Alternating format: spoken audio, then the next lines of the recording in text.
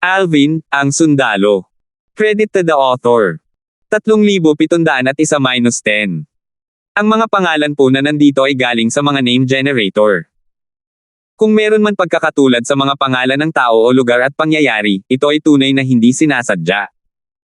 Alvin, alam mo ba kung gaano karaming tao sa sekta ang nakakakita kay Maxine bilang mangingibig ng kanilang mga pangarap? Gayunpaman, ang pinakamataas na kagandahan ng ating sekta ay wala talaga sa iyong paningin. Hindi nakapagsalita si Feng Yin. Senior brother Feng Yin, kasal na ako, sabi ni Alvin habang umiiling. Sa mundong ito kung saan iginagalang ang malalakas, normal lang para sa mga makapangyarihang lalaki na magkaroon ng maraming asawa. Kahit ang ilang mga babae ay tinanggap na ito, sabi ni Feng Yin, ang mga makapangyarihang babae ay mayroon ding higit sa isang kasintahan. Iba-iba ang opinyon ng bawat isa, sabi ni Alvin habang nagkibit-balikat. Sige, hindi ko sasabihin sa kanya ang tungkol dito dahil iyon ang gusto mo, sabi ni Feng Yin habang umiiling. Malinaw na determinado si Alvin na putulin ang nararamdaman ni Maxine para sa kanya.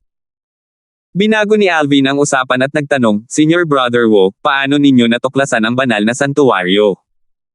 Para maging eksakto, hindi lang kaming 5, sabi ni Feng Yin habang umiiling.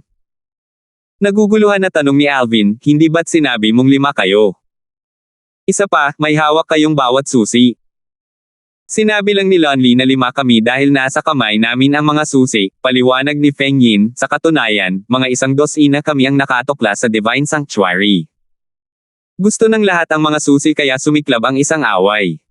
10 tao lang naman ang makakapasok sa Divine Sanctuary. Sa huli, 5 lang sa amin ang nakaligtas. Yung mga iyon. Ang mga napatay ay 2 simpleng hari ng mga Diyos na kakapasok lang, at ang iba ay mga advanced na Diyos. Nang makuha namin ang susi, nagkasundo kami na magdala ng bawat isa ng kasama sa banal na santuwaryo. Gayunpaman, ang mga taong dadalhin namin ay hindi maaaring maging mas malakas kaysa sa isang simpleng hari ng mga Diyos dahil tayong 5 ay mga panimulang hari lamang ng mga Diyos. Mas naunawaan ni Alvin ang sitwasyon matapos niyang marinig ang paliwanag ni Feng Yin. Nagkataon lang na napadpad kami sa Divine Sanctuary.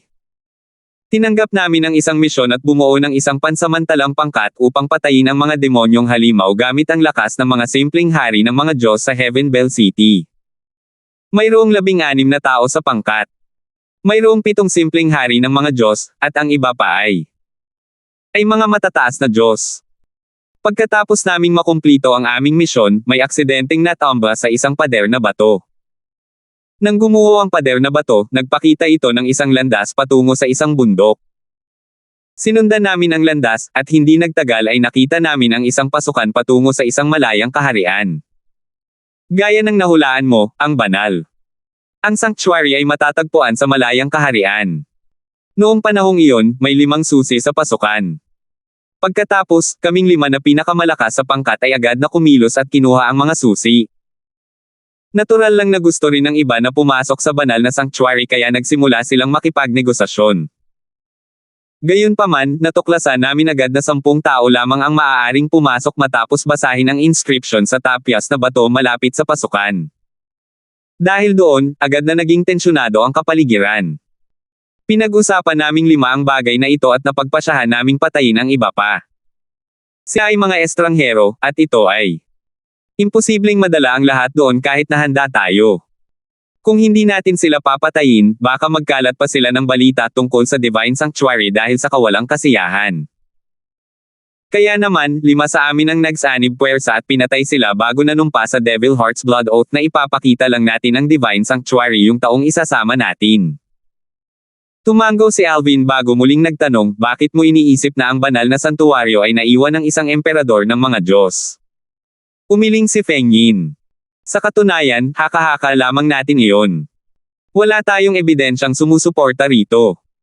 May isang disipulo mula sa 10,000 Devil Sect sa aming 5. Nabasa niya ang tungkol sa Divine Sanctuaries in Memory Jade Sleeps. Aniya, batay sa reaksyon ng suriin ng ating Divine Consciousness ang Divine. Dahil sa santuwaryo at sa masalimuot na mga disenyong inukit sa pasukan, malamang na ito ay naiwan ng isang emperador ng mga Diyos.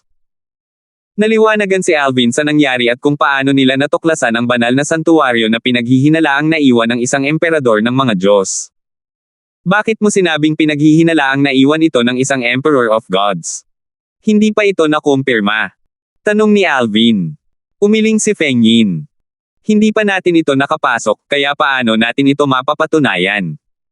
Gayunpaman, isang disipulo ng 10,000 Devil Sect sa amin ang nakabasa tungkol sa Divine Mansion sa isang sinaunang Memory Jade Sleep. Sinabi niya iyon batay sa reaksyon ng mahawakan ng ating Divine Consciousness ang Divine Mansion at sa pamamagitan ng pagtingin. Sa hugis at masalimuot na mga disenyo sa pasukan ng banal na mansyon, pinaghihinalaang ito ay isang banal na mansyon na iniwan ng isang makapangyarihang nilalang na mas malakas kaysa sa isang emperador ng mga Diyos. Tumigil siya bago nagpatuloy sa pagsasalita, gayunpaman, mayroon ding ilang mga salik na nagmumungkahi na ang ating haka-haka ay mali. Lohikal. Kung ang isang panimulang hari ng mga Diyos ay susuriin ang isang banal na santuwaryo na iniwan ng isang Panginoon ng mga Diyos, ang panimulang hari ng mga Diyos ay magdurusa ng matinding reaksyon na hindi nangyari sa atin. Patuloy na sinabi ni Feng Yin habang ang kanyang mga mata ay kumikinang sa pananibik, mayroon tayong dalawang magkaibang ebidensya na magkasalungat. Sa anumang kaso, kahit na ang banal na santuwaryo ay iniwan ng isang emperador ng mga Diyos o Panginoon ng mga Diyos, mayroon pa ring kayamanan doon. Ang pagkakaiba lamang ay ang mga kayamanan. Mas mabuti sana kung iiwan ito ng isang emperador ng mga Diyos. Pagkatapos noon, 5 sa amin ang nagtakda ng petsa para pumasok sa banal na santuwaryo. Tumanggo si Alvin. Mas lalo siyang nasa sabik na tuklasin ang banal na santuwaryo. Patuloy na nag-uusap sina Alvin at Feng Yin habang naglalakbay. Dahil mausisa siya tungkol sa pinagmulan ni Alvin dahil sa mataas na likas na talento at kakayahan sa pag-unawa ni Alvin, tinanong niya si Alvin kung saan ito nanggaling. Junior Brother Darfield, galing ka ba sa isa sa mga Devata Realms? Nabigla si Feng Yin sa sagot ni Alvin. Mas nagulat pa siya kaysa kay Merong Suifeng, ang dekano ng Hidden Fog Academy ng Skywind City, nang malaman ni Merong Suifeng ang tungkol sa pinagmulan ni Alvin. Mga langit. Junior Brother Darfield, dahil sa iyong likas na talento at kakayahan sa pag-unawa, maituturing ka ng napakatalentado sa Realms of Gods. Mas lalo ka pang humahamon sa langit sa Devata Realms.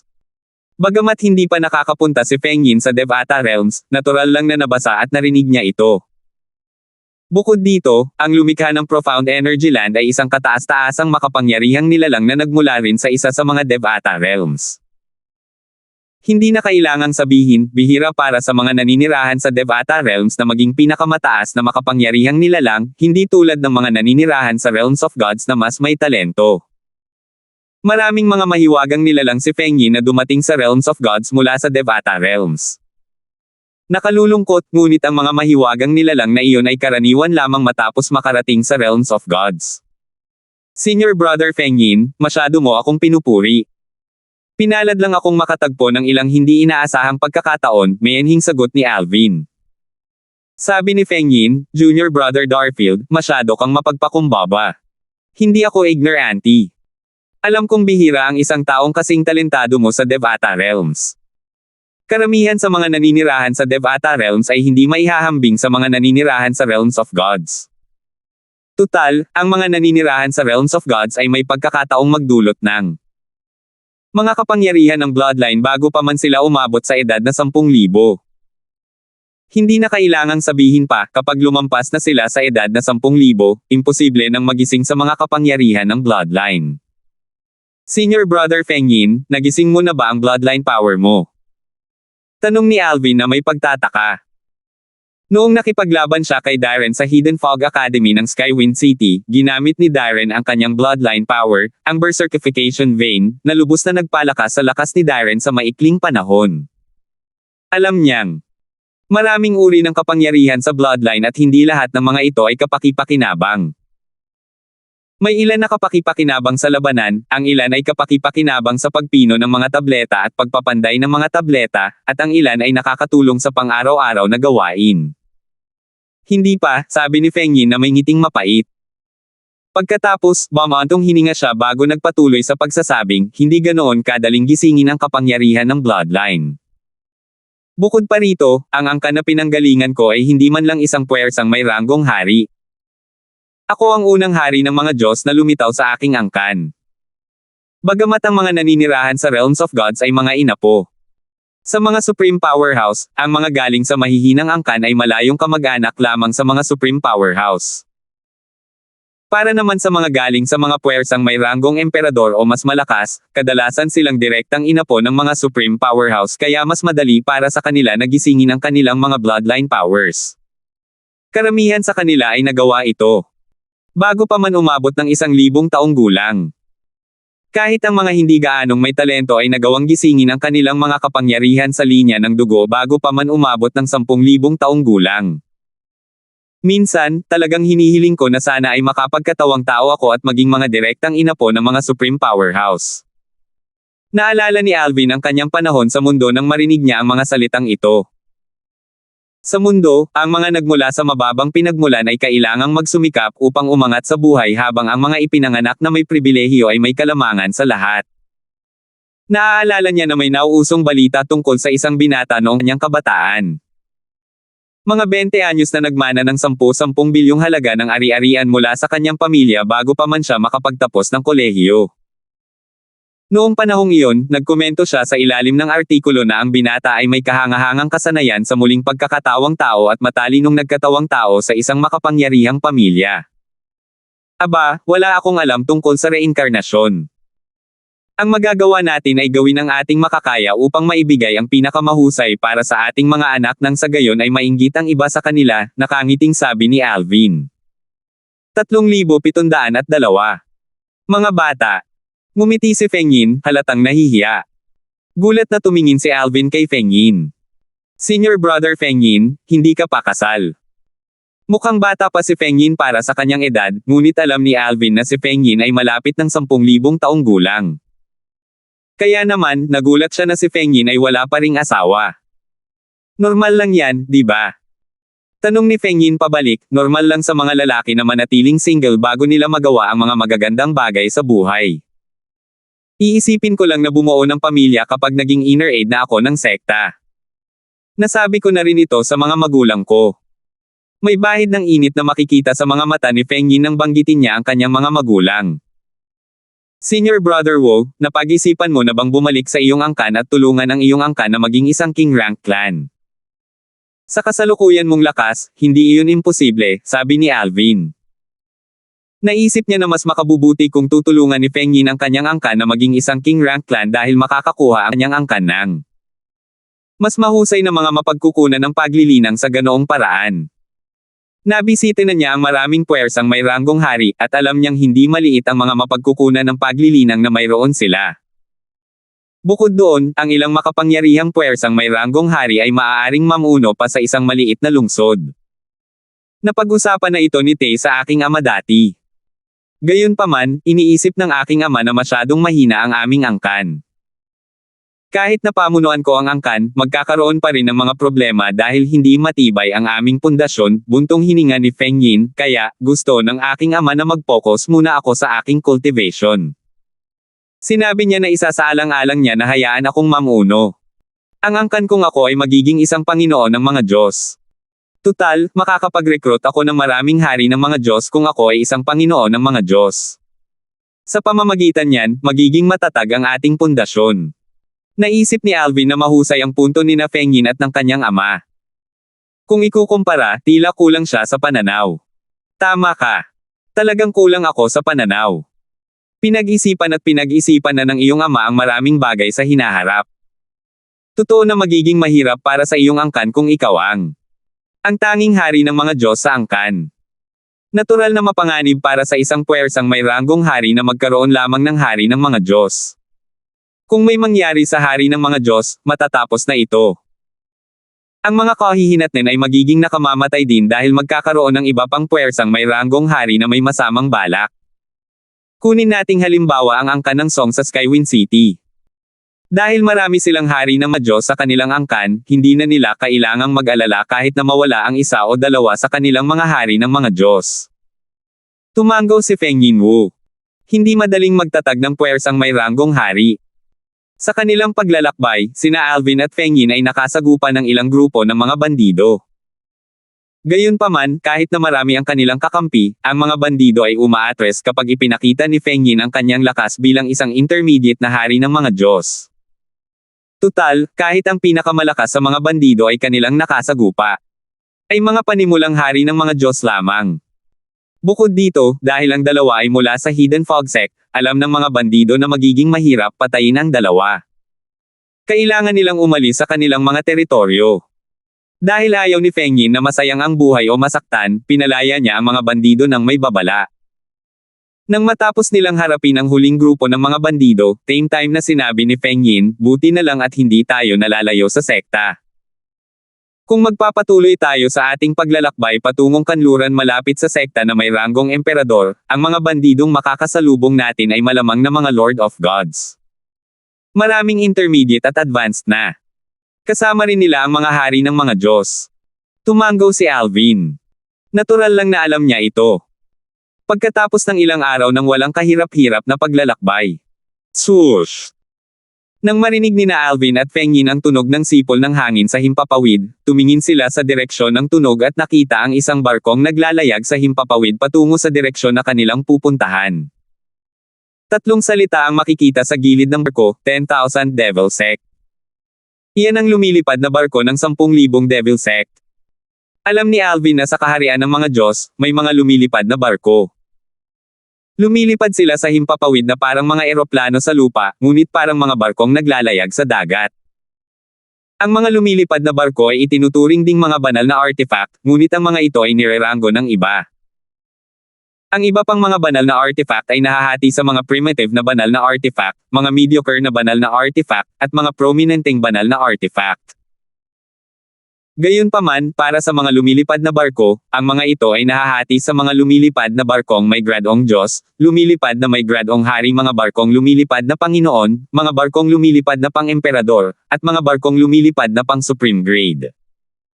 Lahat ng mga barkong lumilipad na ito ay pinagaganya ng mga banal na bato. Ang pinakamataas na bilis ng isang barkong lumilipad na nasa antas ng Diyos ay ang sa isang maunlad na Diyos, ang pinakamataas na bilis ng isang barkong lumilipad na nasa antas ng hari ay ang sa isang ordinaryong maunlad na hari ng mga Diyos, at iba pa. Mas mataas ang grado, mas mabilis ang magiging bilis. Gayon din, habang mas mataas ang grado ng mga lumilipad na barko, mas maraming banal na bato ang kakailanganin para sa gasolina ng mga ito. Para sa isang lumilipad na barkong may gradong king, kung ito ay lilipad sa bilis ng isang simpleng hari ng mga Diyos sa loob ng isang araw, kakailanganin itong lagyan ng gasolina ng 50 tail ng banal na bato. Kung ito ay lilipad sa bilis ng isang intermediate na hari ng mga Diyos, sa loob ng isang araw, kakailanganin itong lagyan ng gasolina ang 200 tail ng mga banal na bato. Panghuli, kung lilipad ito sa pinakamataas na bilis, na siyang bilis ng isang maunlad na hari ng mga Diyos, sa loob ng isang araw, kakailanganin nitong lagyan ng gasolina ang 500 tail na halaga ng mga banal na bato. Nabigla si Alvin nang una niyang malaman kung gaano karaming divine rock ang kailangan para lang makapagpagasolina ng isang lumilipad na barko. Akala niya isa lamang itong larwang nagsusunog ng divine rock. Bukod pa rito, bukod sa napakaraming divine rock na kailangan para makapagpagasolina ng mga lumilipad na barko, napakamahal din ang bumili ng lumilipad na barko dahil hindi naman ito madaling gumawa ng lumilipad na barko. Kahit ang mga puwersang may ranggong Panginoon ay mayroon lamang ilang lumilipad na barko. Swoosh! Naging alerto sina Alvin at Feng Yin nang bumagal ang sasakyang lumilipad na parang hari, isang banal na artifact, habang papalapit sa dalawa. Feng Yin, hindi ko inaasahan na magkikita tayo rito. Isang boses ang umalangaw-ngaw mula sa barko, kasabay ng pagsabog ng tawanan. Kasunod nito, isang matangkad na binata na may malajade na kutis na nakasuot ng magandang roba ang lumabas mula sa lumilipad na barko. Kasama niya ang isang lalaking nasa katanghaliang gulang na nakasuot ng kulay abong damit na sumunod sa kanya. Ang lalaking nasa katanghaliang gulang ay ordinaryo lang ang hitsura at katamtaman lang ang pangangatawan. Mukha siyang walang pakialam, at mapurol ang mga mata. Dax! Nakahinga ng maluwag si Feng Yin nang makita ang binata. Pagkatapos, mariin niyang sinabi, mukhang hindi ka lang basta ordinaryong inner disciple ng 10,000 Devil Sect gaya ng sabi mo. Ang magamit ang lumilipad na barko ng sect. Medyo sigurado akong hindi mo tunay na pangalan si Dax. Dati, sinabi ng binata na ang pangalan niya ay Dax, na hindi pa naririnig ni Feng Yin noon. Gayunpaman, hindi siya naghinala dahil may mga inner disciple sa 10,000 Devil Sect. Imposibleng maging sikat ang bawat inner disciple. Mahalaga ba iyon? Tanong ni Dax nang nakangiti bago niya sinabi, dahil nanumpa na ako sa sumpa ng dugo ng puso ng demonyo, imposibleng masira ko ang aking pangako at ibunyag ang ating sikreto. Paano kung itago ko ang aking pagkakakilanlan? Nagpatuloy si Dax sa pagsasalita, bukod pa riyan, walang garantiya na Yishan talaga ang pangalan mo, tama ba? Dati, sinabi na ni Feng Yin kay Alvin na ginamit niya ang alias na Yishan.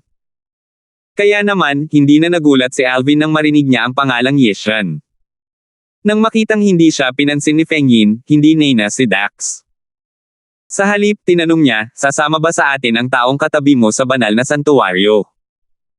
Pagkatapos, inilipat ni Dax ang kanyang tingin kay Alvin, sinuri si Alvin bago siya sinuri gamit ang kanyang banal na kamalayan. Nang maramdaman ni Feng Yin ang banal na kamalayan ni Dax, sinabi niya, Dax, naghahanap ka ba ng gulo? Kumalma ka, nakangiting sabi ni Dax habang binawi ang kanyang banal na kamalayan, wala akong masamang balak. Sa anumang kaso, Yishan, hindi ka ba nakahanap ng isang simpleng hari ng mga Diyos na sasamahan ka sa banal na santuwaryo? Kung hindi, bakit ka nagdala ng isang mas mataas na Diyos? Magiging pabigat siya sa iyo sa santuwaryo dahil kailangan mo siyang alagaan. Kung alam ko lang na maliit lang ang bilog ng mga kaibigan mo, ipinakilala ko sana sa iyo ang ilang simpleng hari ng mga Diyos. Kilala ko naman sila sa 10,000 Devil Sect. Sa kabila ng kanyang mga sinabi, ang nakasisilaw ng ngiti ni Dax ay malinaw na nagpapakita na masaya siya na isang advanced na Diyos lamang ang dinala ni Feng Yin. Wala akong pakialam sa iyo, walang tonong sabi ni Feng Yin. Pagkatapos, tumingin siya sa lalaking nakaabong damit na nakatayo sa likuran ni Dax. Nanatiling walang pakialam ang nakaabong nasa katanghaliang gulang na lalaki. Hindi man lang niya tiningnan si Feng Yin. Si Dax, na nasa magandang kalooban, ay masiglang nagsabi, dahil nandito ka na, bakit hindi ka sumama sa amin ng kaibigan mo sa lumilipad na barko? 3,703.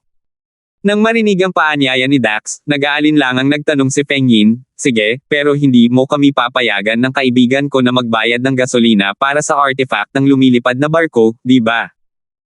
Sa pagkakaalam ko, kahit na maglakbay ito sa bilis ng isang simpleng hari ng mga Diyos sa loob ng isang araw, kakailanganin pa rin ng 50 tail ng mga banal na bato para mapuno ito ng gasolina. Bahagyang nagulat si Dax sa sinabi ni Feng Yin. Nang makabawi siya, natatawang sinabi niya, Yishan, hindi mo alam na may nakakatawa ka pala. Anong klaseng tao ako sa tingin mo? Dahil mayroon akong barkong lumilipad na parang hari, sa tingin mo ba ay magkukulang ako ng mga divine stone para panggatong dito? Hindi man lang ito magiging isang problema sa paglalakbay patungo sa banal na santuwaryo sa bilis ng isang maunlad na hari ng mga Diyos. Kakailanganin ng 500 tail ng mga banal na bato para mapuno ng gasolina ang lumilipad na barko kung lilipad ito sa bilis ng isang maunlad na hari ng mga Diyos sa loob ng isang araw. Base sa mga sinabi ni Dax, malinaw na wala siyang kakulangan sa mga banal na bato. Maraming salamat po, sabi ni Feng Yin ng bahagya at ngumiti bago niya sinenyasan si Alvin na sumakay sa lumilipad na barko, kasama si Dax at ang lalaking nasa katanghaliang gulang. Napakaluwag ng lumilipad na barko at kayang maglaman ng 12-dosenang tao.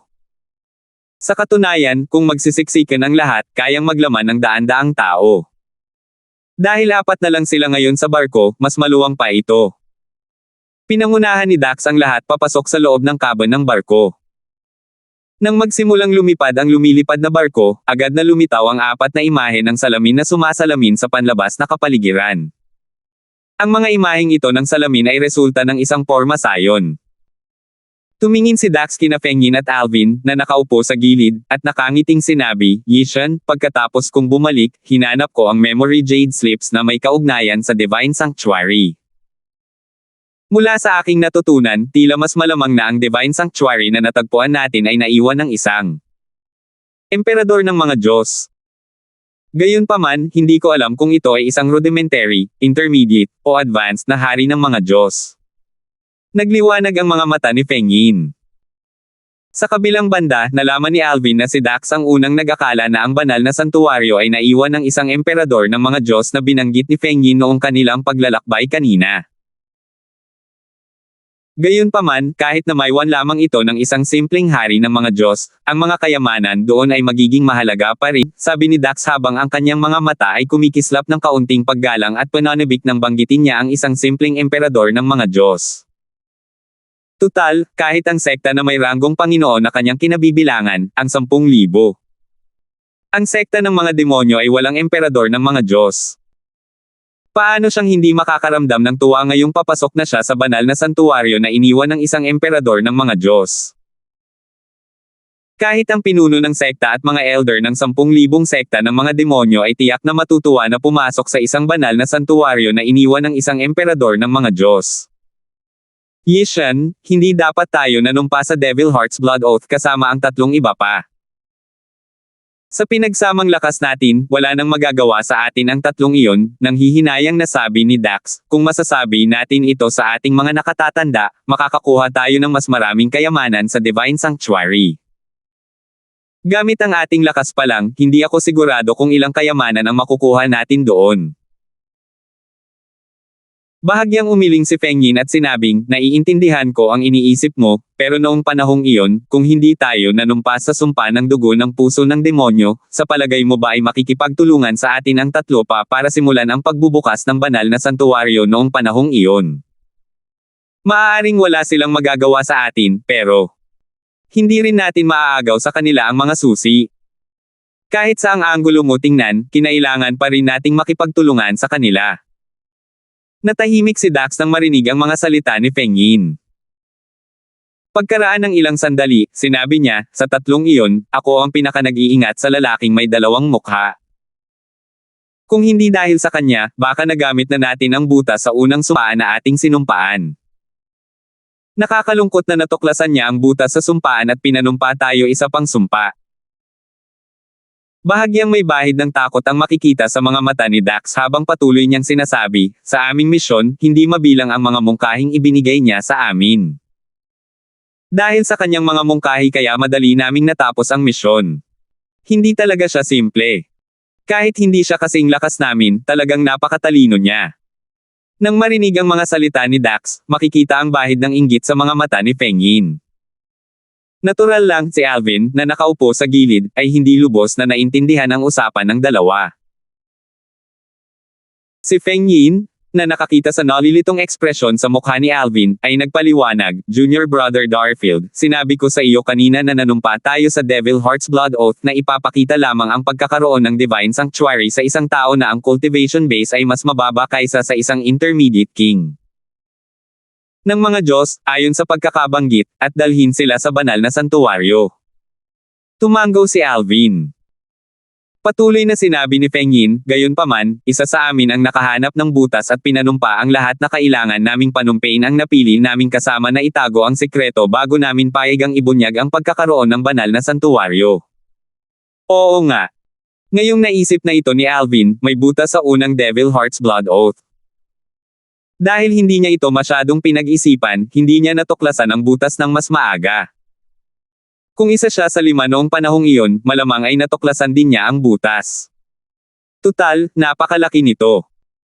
Halimbawa, kung hindi muling papanumpein ng kausap ang lahat sa sumpa ng dugo ng puso ng Diablo, masasabi lamang ni Feng Yin kay Alvin ang tungkol sa banal na santuwaryo, ngunit ang butas na ito ay magpapahintulot kay Alvin na sabihin sa iba ang tungkol sa banal na santuwaryo. Dahil dito, hindi maituturing si Feng Yin na paglabag sa kanyang sumpa. Sa pangalawang sumpa na kanilang sinumpaan, tiniyak nito na 10 tao lamang ang makakaalam tungkol sa banal na santuwaryo. Sa pagkakataong ito, sandaling sumulyap si Dax kay Alvin bago ibinalik ang tingin kay Feng Yin at sinabing, Yishan, dati, naisip kong makipagsanib puwersa sa iyo sa Divine Sanctuary para makakuha tayo ng mas maraming kayamanan. Gayunpaman, dahil nagdala ka ng isang mahina at maunlad na Diyos, wala akong pagpipilian. Pero para magbago ang isip ko. Pagkatapos mong makapasok sa banal na santuwaryo, makabubuting bantayan mo siya. Kung hindi, baka samantalahin ng 6 na iba pang tao ang pagkakataong patayin siya. Dahil dyan, mababawasan ang isang tao na makikipagkompetensya para sa mga kayamanan doon. May bahid ng pangungutya na maririnig sa boses ni Dax nang magsalita ito. Kahit na talagang imungkahi mong makipagsanib puwersa sa akin, maaaring hindi ako pumayag, mahinahong sabi ni Feng Yin, hindi naapektuhan sa mga sinabi ni Dax, masyado kang mataas ang tingin sa sarili mo. Bukod pa rito, batay sa katayuan mo sa 10,000 Devil Sect pa lang, hindi ako makikipagsanib puwersa sa iyo. Pagkatapos niyang magsalita, makahulugang tumingin si Feng Yin sa paligid ng lumilipad na barko. Tumawa si Dax. Yishan, mukhang iniisip mong mataas ang katayuan ko sa 10,000 Devil Sect. Magiging tapat ako sa iyo. Hiniram ko ang lumilipad na barkong ito mula sa aking nakatatandang kapatid. Siya ang ipinagmamalaki ng 10,000 Devil Sect. Siya ang may mataas na katayuan sa sekta, hindi ako. Sigurado akong narinig mo na rin ang tungkol sa kanya. Siya si Yang. Ender. Ender. Bahagyang nanlaki ang mga mata ni Feng Yin nang marinig ang pangalan ni Ender. Nagulat din si Alvin. Narinig na rin niya ang pangalang ito noong siya ay nasa Hidden Fog Sect pa. Narinig niya ang ilang disipulo ng Hidden Fog Sect na nag-uusap tungkol kay Ender ng 10,000 Devil Sect. Si Ender ay hindi lamang ipinagmamalaki ng 10,000 Devil Sect, kundi anak din siya ng sect leader ng 10,000 Devil Sect. Siya ang pinakamalakas na core disciple sa sect at naging advanced king of gods bago pa man umabot sa edad na 10,000. Bukod sa mga lords of gods sa sekta, napakakaunting tao, kabilang ang mga pangunahing elder ng sekta, ang makakapantay sa kanya. Kaya naman, kinilala siya bilang isang walang kapantay na henyo sa sekta. Mas namumukod-tangi pa siya kaysa kay Wyatt ng Hidden Fog Sect. May mga chismis din na maraming puwersang may ranggong emperador sa Eastern Ridge Mansion ang nagtangkang rekrutin si Ender. Sandaling tiningnan ni Alvin si Dax. Ang katotohanang pinahiram ni Ender si Dax ng isang bagay na kasing halaga ng isang barkong lumilipad na may gradong king ay nagpapakita na sina Ender at Dax ay mayroong napakagandang relasyon. Kahit na, tiyak na hindi ka lang basta ordinaryong disipulo sa 10,000 Devil Sect, sabi ni Feng Yin habang maingat na nakatingin kay Dax, mabuti siguro ang relasyon mo kay Ender para pahiramin kanya ng isang king-grade flying ship. Kung ang apelyido mo ay Do gaya ng sinabi mo, sigurado akong ganoon ka rin. Si Pojen, ang apo ni Zack, ang kataas-taasang elder ng 10,000 demonyo na sekta. 3,704. Ano pa ang alam mo? Tanong ni Dax kay Feng Yin nang may ngiti sa mukha. Tila hindi siya nataranta. Parang nagkamali si Feng Yin sa hula. Kumunat ang noo ni Feng Yin. Hindi ikaw si Pojen. Hindi mo ba alam kung ano na ngayon ang cultivation base ni Pojen? Tanong ni Dax bilang tugon. Nang marinig ito, sandaling natahimik si Feng Yin. Si Pojen ay halos kaedad ni Ender, ngunit hindi siya kasing lakas ni Ender kahit na isa rin siyang advanced na hari ng mga Diyos. Gayunpaman, isa pa rin siya sa 10 pinakamalakas na core disciples ng 10,000 Devil Sect. Dahil dito, medyo sikat din siya. Patuloy na nagtanong si Dax, kahit na ako si Pojen, bakit naman ako papahiramin ni Ender ng isang bagay na kasing halaga ng isang barkong lumilipad na parang hari?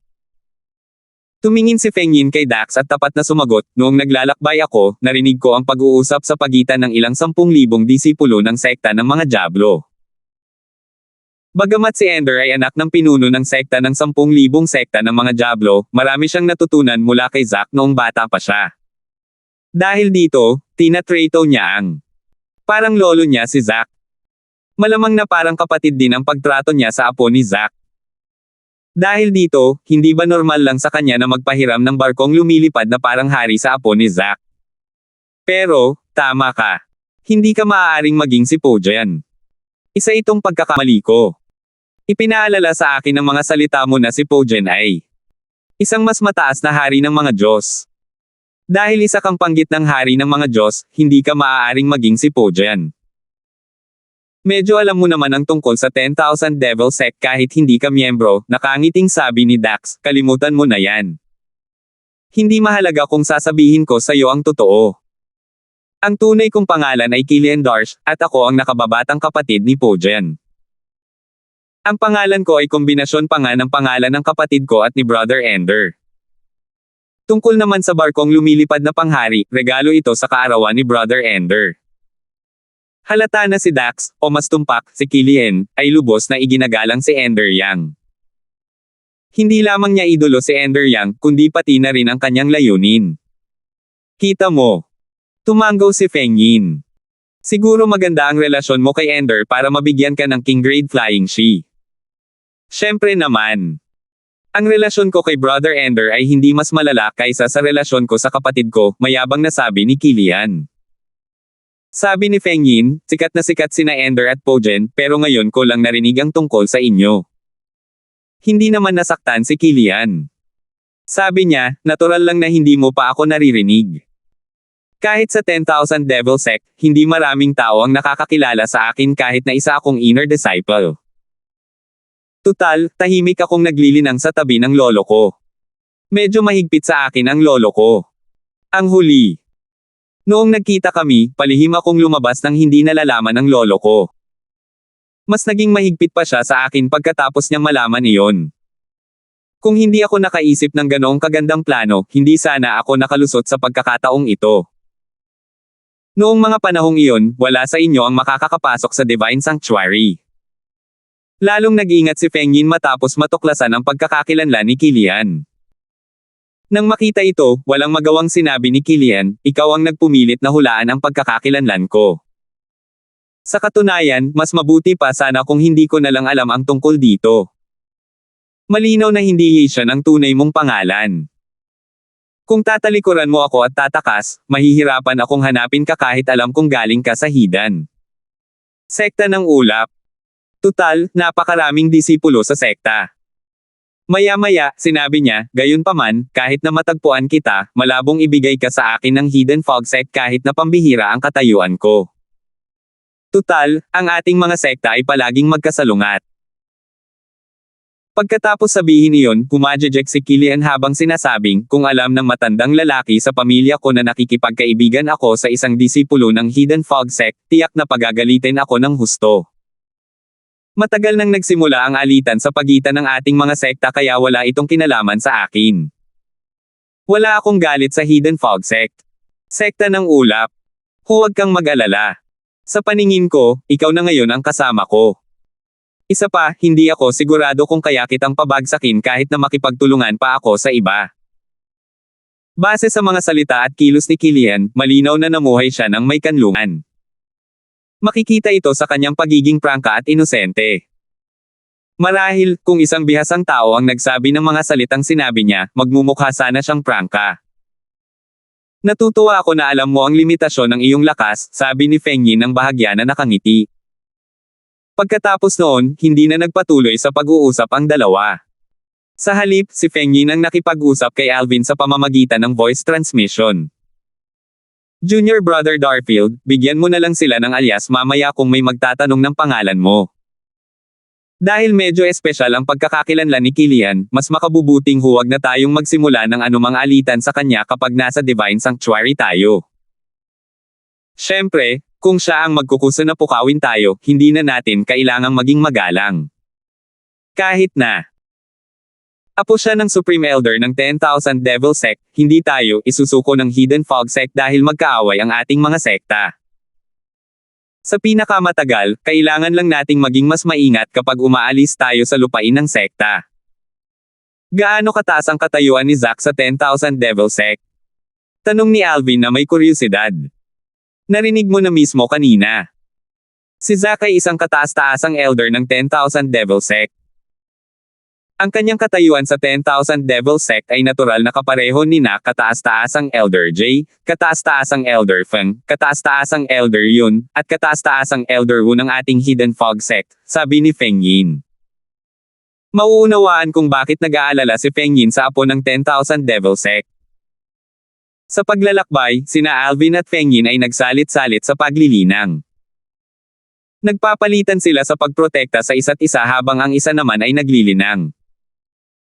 May ilang pagkakataon na habang naglilinang si Feng Yin, napansin ni Alvin ang kasab-ik sa mga mata ni Kilian. Para bang iniisip ni Kilian na samantalahin ang pagkakataong atakihin si Feng Yin. Gayunpaman, hindi kumilos si Kilian, at ang kanilang paglalakbay ay medyo mapayapa. Mabilis lumipas ang panahon. Sa isang kisap mata lang, mahigit kalahating buwan na ang lumipas. Sa oras na ito, minaniobra ni Killian ang King Grade flying ship at huminto sa itaas ng isang matayog na kabundukan. Nakarating na tayo. Nang marinig ang pagpapadala ng boses ni Feng Yin, nagising si Alvin mula sa kanyang cultivation. Kasabay nito, bumaantong hininga siya sa loob. Napakalapit ko na. Sa paglalakbay, sinubukan ni Alvin na makalusot upang maging hari ng mga Diyos. Umasa siyang makakarating sa banal na santuwaryo. Dahil dito, mas magiging madali para sa kanya ang pagpunta sa banal na santuwaryo.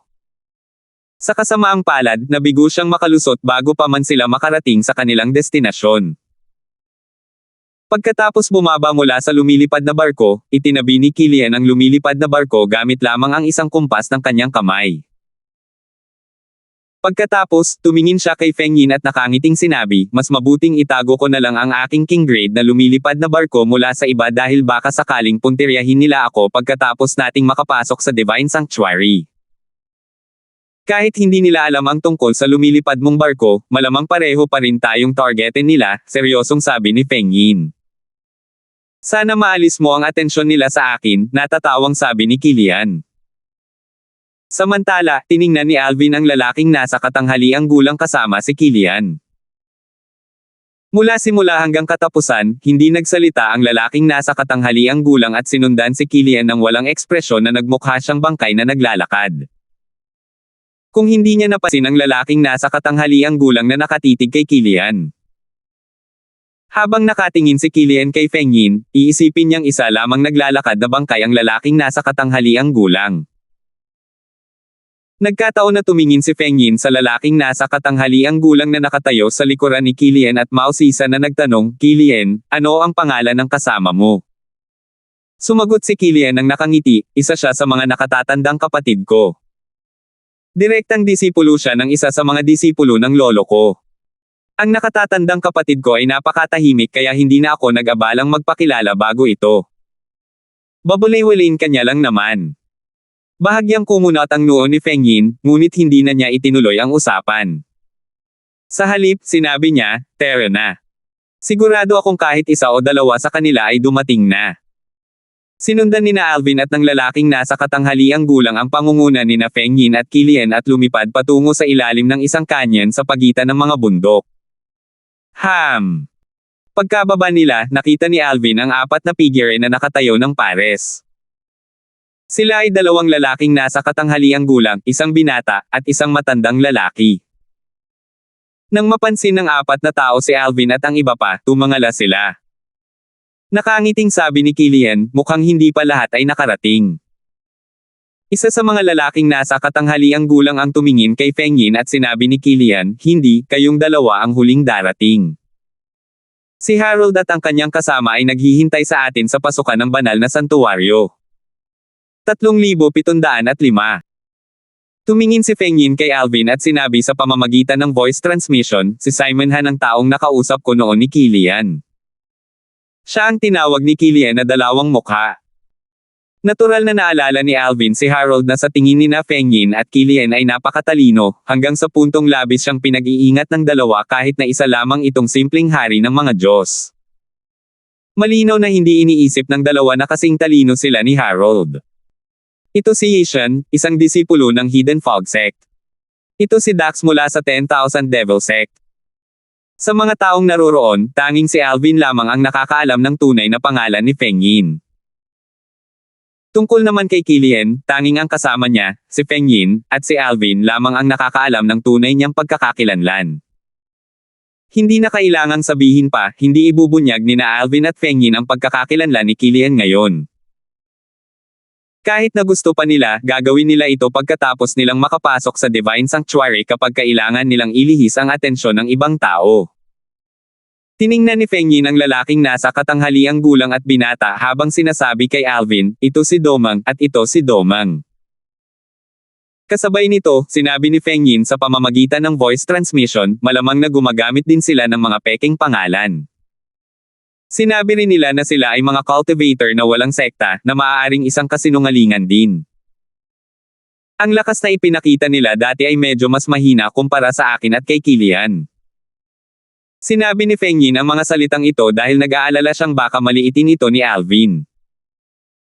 Total, pagkatapos makapasok sa Divine Sanctuary, hindi lamang nila kakailanganing harapin ang mga balakid na naiwan sa Divine Sanctuary, kundi kailangan din nilang harapin ang mga banta mula sa mga taong nakapaligid sa kanila. Total, lahat ay naglalaban-laban para sa mga kayamanan at mga di inaasahang engkwentro sa banal na santuwaryo. Kung makakakuha ng kahit anong kayamanan ang isang tao, dapat niya itong itago. Kung hindi, tiyak na makakaakit siya ng gulo. Maging si Killian man, si Feng Yin, ang lalaking nasa katanghaliang gulang. Si Domeng, o ang binata. Si Domeng, lahat sila ay palihim na hindi nagpakilala ng kani-kanilang mga kasama. Parang hindi mahalaga ang kanilang mga kasama. Tutal, walang saysay na gawin ang ganoong bagay kung alam na alam nilang lahat na. Gumagamit ng mga peking pangalan. Ang kasama ni Domeng ay isa pang lalaking nasa katanghaliang gulang na may pagkakahawig sa kanya habang ang kasama ni Domeng ay isang matandang lalaki na malinaw na magalang kay Domeng. Para bang siya ay alipin ni Domeng. Dahil nandito na tayong lahat, tara na, nakangiting sabi ni Killian bago siya nanguna at naglakad sa hamog na bumabalot sa lambak kasama ang nakakabagot na lalaking nasa katanghaliang gulang. Ang hamog ay malinaw na bahagi ng isang ilusyonaryong pormasayon. Hindi nagmamadali si Feng Yin na sundan si Killian. Sa halip, sinabi niya kina Domeng at Domeng, maaari kayong dalawa na mauna kasama ang inyong mga kasama. Kami ng aking kasama ay aakyat sa likuran. Dahil dito, ang 8 tao ay naglakad ng pangkat 2. Sa paningin ng iba, dahil sina Feng Yin at Killian ay parehong mula sa mga puwersang may ranggong Panginoon, sigurado silang nasa iisang panig ang dalawa, kahit sa ngayon. Dahil dito, nang magpalitan ng tingin sina Domeng at Killian nang marinig ang mga salita ni Feng Yin, gayunpaman, lumingon pa rin sila at sumunod. Matapos dumaan sa hamog, sa wakas ay bumalik ang paningin ni Alvin. Nakita niya ang isang higanteng kuweba na naglalabas ng mahinang liwanag sa harap niya. Sa oras na ito, narating na nina Killian at ng kanyang kasama ang bungad ng kuweba. Sa pagkakataong ito, hindi na siya nagsalita at agad na pumasok sa kuweba. Walang imak na pumasok din sa kuweba sina Domeng at Domeng. Gayunpaman, tumalikod ang kanilang mga kasama at naglakad paatras papasok sa kuweba, binabantayan ang likod nina Domeng at Domeng. Ang kanilang mga mata ay puno ng pagbabantay at takot habang nakatingin kina Feng Yin at Alvin. Napakaingat nila. Umiling si Alvin. Gayunpaman, naisip niya na makatuwiran at matalino para sa kanila na maging maingat. Ang mga susi para makapasok sa Divine Sanctuary na naiwan ng isang powerhouse ay hindi maaaring itago sa spatial rings kaya kinailangan nila itong dalhin. Kung hindi sila mag-iingat, hindi lamang mawawala ang kanilang mga susi, kundi pati na rin ang kanilang buhay. Kung sina Alvin, Feng Yin, Killian, at ang lalaking nasa katanghaliang gulang ay nagsanib puwersa upang nakawin ang mga susi mula kina Domeng at Domeng bago agawin ang susi mula sa natitirang tao sa kuweba, mas kaunti sana ang kanilang magiging kakompetensya. Hindi mahuhulaan ang puso ng tao, at pinakamabuting maging maingat. Ito ba ang tarangkahan patungo sa malayang kaharian kung saan matatagpuan ang banal na santuwaryo?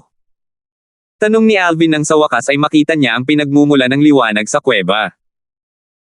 Ang mahinang liwanag ay nagmula sa isang pinto na kumikinang sa kulay abong liwanag sa pinakamalalim na bahagi ng kuweba. Ito ay tinatawag na Void Gate. Ang pinto ay nakasabit sa hangin, at hindi ito malaki o maliit. Ito ay kasing lapad ng 3 karaniwang matatanda na magkakatabing nakatayo. Ang pinto ay inukitan din ng hindi mabilang na magagandang at masalimuot na mga disenyo at nababalot ng ambon, kaya nagmumukha itong mahiwaga. Yishan, dalhin mo rito ang kasama mo, sabi ni Killian habang nakatayo siya sa tabi ng Void Gate. Ayokong mapatay kayo ng kasama mo ng 4 na taong ito pagkatapos naming maglakad ng kasama ko sa Void Gate. Bukod pa rito, pagpasok ko, sino ang nakakaalam kung kami ng kasama ko ay aambusan ni Sima? Harold. Matatalo tayo kung sabay-sabay nating makakaharap silang 6. Tara na, Junior Brother Darfield, sabi ni Feng Yin bago niya nilagpasan ang 4 na tao patungo kina Killian at sa lalaking nasa katanghaliang gulang. Pagkatapos, nagtanong siya ng walang paligoy-ligoy, gusto mo bang mauna ka o gusto mong kami ang mauna? Same time na sinabi ni Domeng, una kaming papasok. Sino ang magsasabing hindi kayo kikilos laban kay Harold at sa kanyang kasama pagkatapos ninyong pumasok? Kung magsasama-sama kayong apat, hindi magtatagal sina Harold at ang kanyang kasama. Tama iyan. Mauuna na kami, sabi ni Domang sabay tango. Ayos lang sa akin yan. Nagkibit-balikat si Feng Yin bago tumingin kay Kilian para hingin ang opinyon nito. Nagkibit-balikat din si Kilian. Wala rin akong pakialam. Dahil dito, sina Domang, Loki, at ang kani-kanilang mga kasama ay pumasok sa Void Gate. Sa isang kisap mata, nawala ang kanilang mga figure sa paningin. Napakaingat talaga nila, sabi ni Kilian habang tumatawa. Pagkatapos, sinabi niya kay Feng Yin, Yishan, tara na. Sige. Tumango si Feng Yin. Dahil ang Void Gate ang nag-uugnay sa Profound Energy Land sa Malayang Kaharian kung saan matatagpuan ang Divine Sanctuary, kung ang Void Gate ay masisira, ang mga nasa loob ay makukulong. Hindi na kailangang sabihin pa, hindi ganoon kadaling sirain ang Void Gate. Kailangang maging mas malakas kaysa sa lumikha ng Void Gate upang sirain ito. Bukod doon, ang mga nakulong sa loob ay maaari ring makahanap ng iba pang paraan upang makaalis sa Malayang Kaharian. Ang Malayang Kaharian ay umaasa sa katatagan ng lupain ng malalim na enerhiya upang umiral. Kapag nawasak ang Void Gate, na pumuputol sa koneksyon ng kaharian sa lupain ng malalim na enerhiya, ang kawalang tatag ay magdudulot ng mga luha sa kawalan sa Malayang Kaharian. Gamit iyon, magagamit ng isang tao ang mga luha sa espasyo upang bumalik patungo sa lupain ng malalim na enerhiya. Gayunpaman, hindi makontrol ng isang tao kung saan siya ipapadala sa lupain ng malalim na enerhiya kapag umaalis dahil sa mga puwang. Ang mga kaharian ng mga Diyos ay naiiba sa mga kaharian ng mga Devata. Maraming mga porma sayon sa teleportasyon, at ang mga dalubhasa sa porma sayon ay madaling makaguhit ng porma sayon sa teleportasyon. Gayunpaman, sa mga kaharian ng mga Diyos, walang sinuman, maliban sa mga pinakamataas na powerhouse, ang makakapagtayo ng porma sayon sa teleportasyon dahil ang mga kaharian ng ang mga Diyos ay ang maliliit na mundo ng mga kataas-taasang makapangyarihang nilalang. Tutal, tanging ang mga may-ari lamang ng maliliit na mundo ang may ganap na kontrol sa mga ito. Dahil din dito, hindi maaaring maglakbay ang isang tao patungo sa mga kaharian ng mga Diyos mula sa mga kaharian ng Devata sa pamamagitan ng mga porma sayon ng teleportasyon at magagawa lamang ito sa pamamagitan ng mga spatial passage. Natutunan na ito ni Alvin mula sa World Cleansing Divine Water, isa sa 5 banal na elemento sa kanyang katawan, bago pa man siya makarating sa Profound Energy Land. Nalaman din niya na ang mga teleportation formation sa Realm Battlefield ay pawang nilikha ng mga Supreme Powerhouse.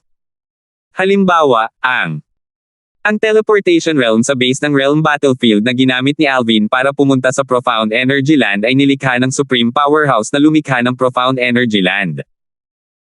Gayun din, ang mga teleportation formation na humantong sa iba't ibang realms of gods ay nilikha rin ng kani-kanilang may-ari ng mga kaharian ng mga Diyos.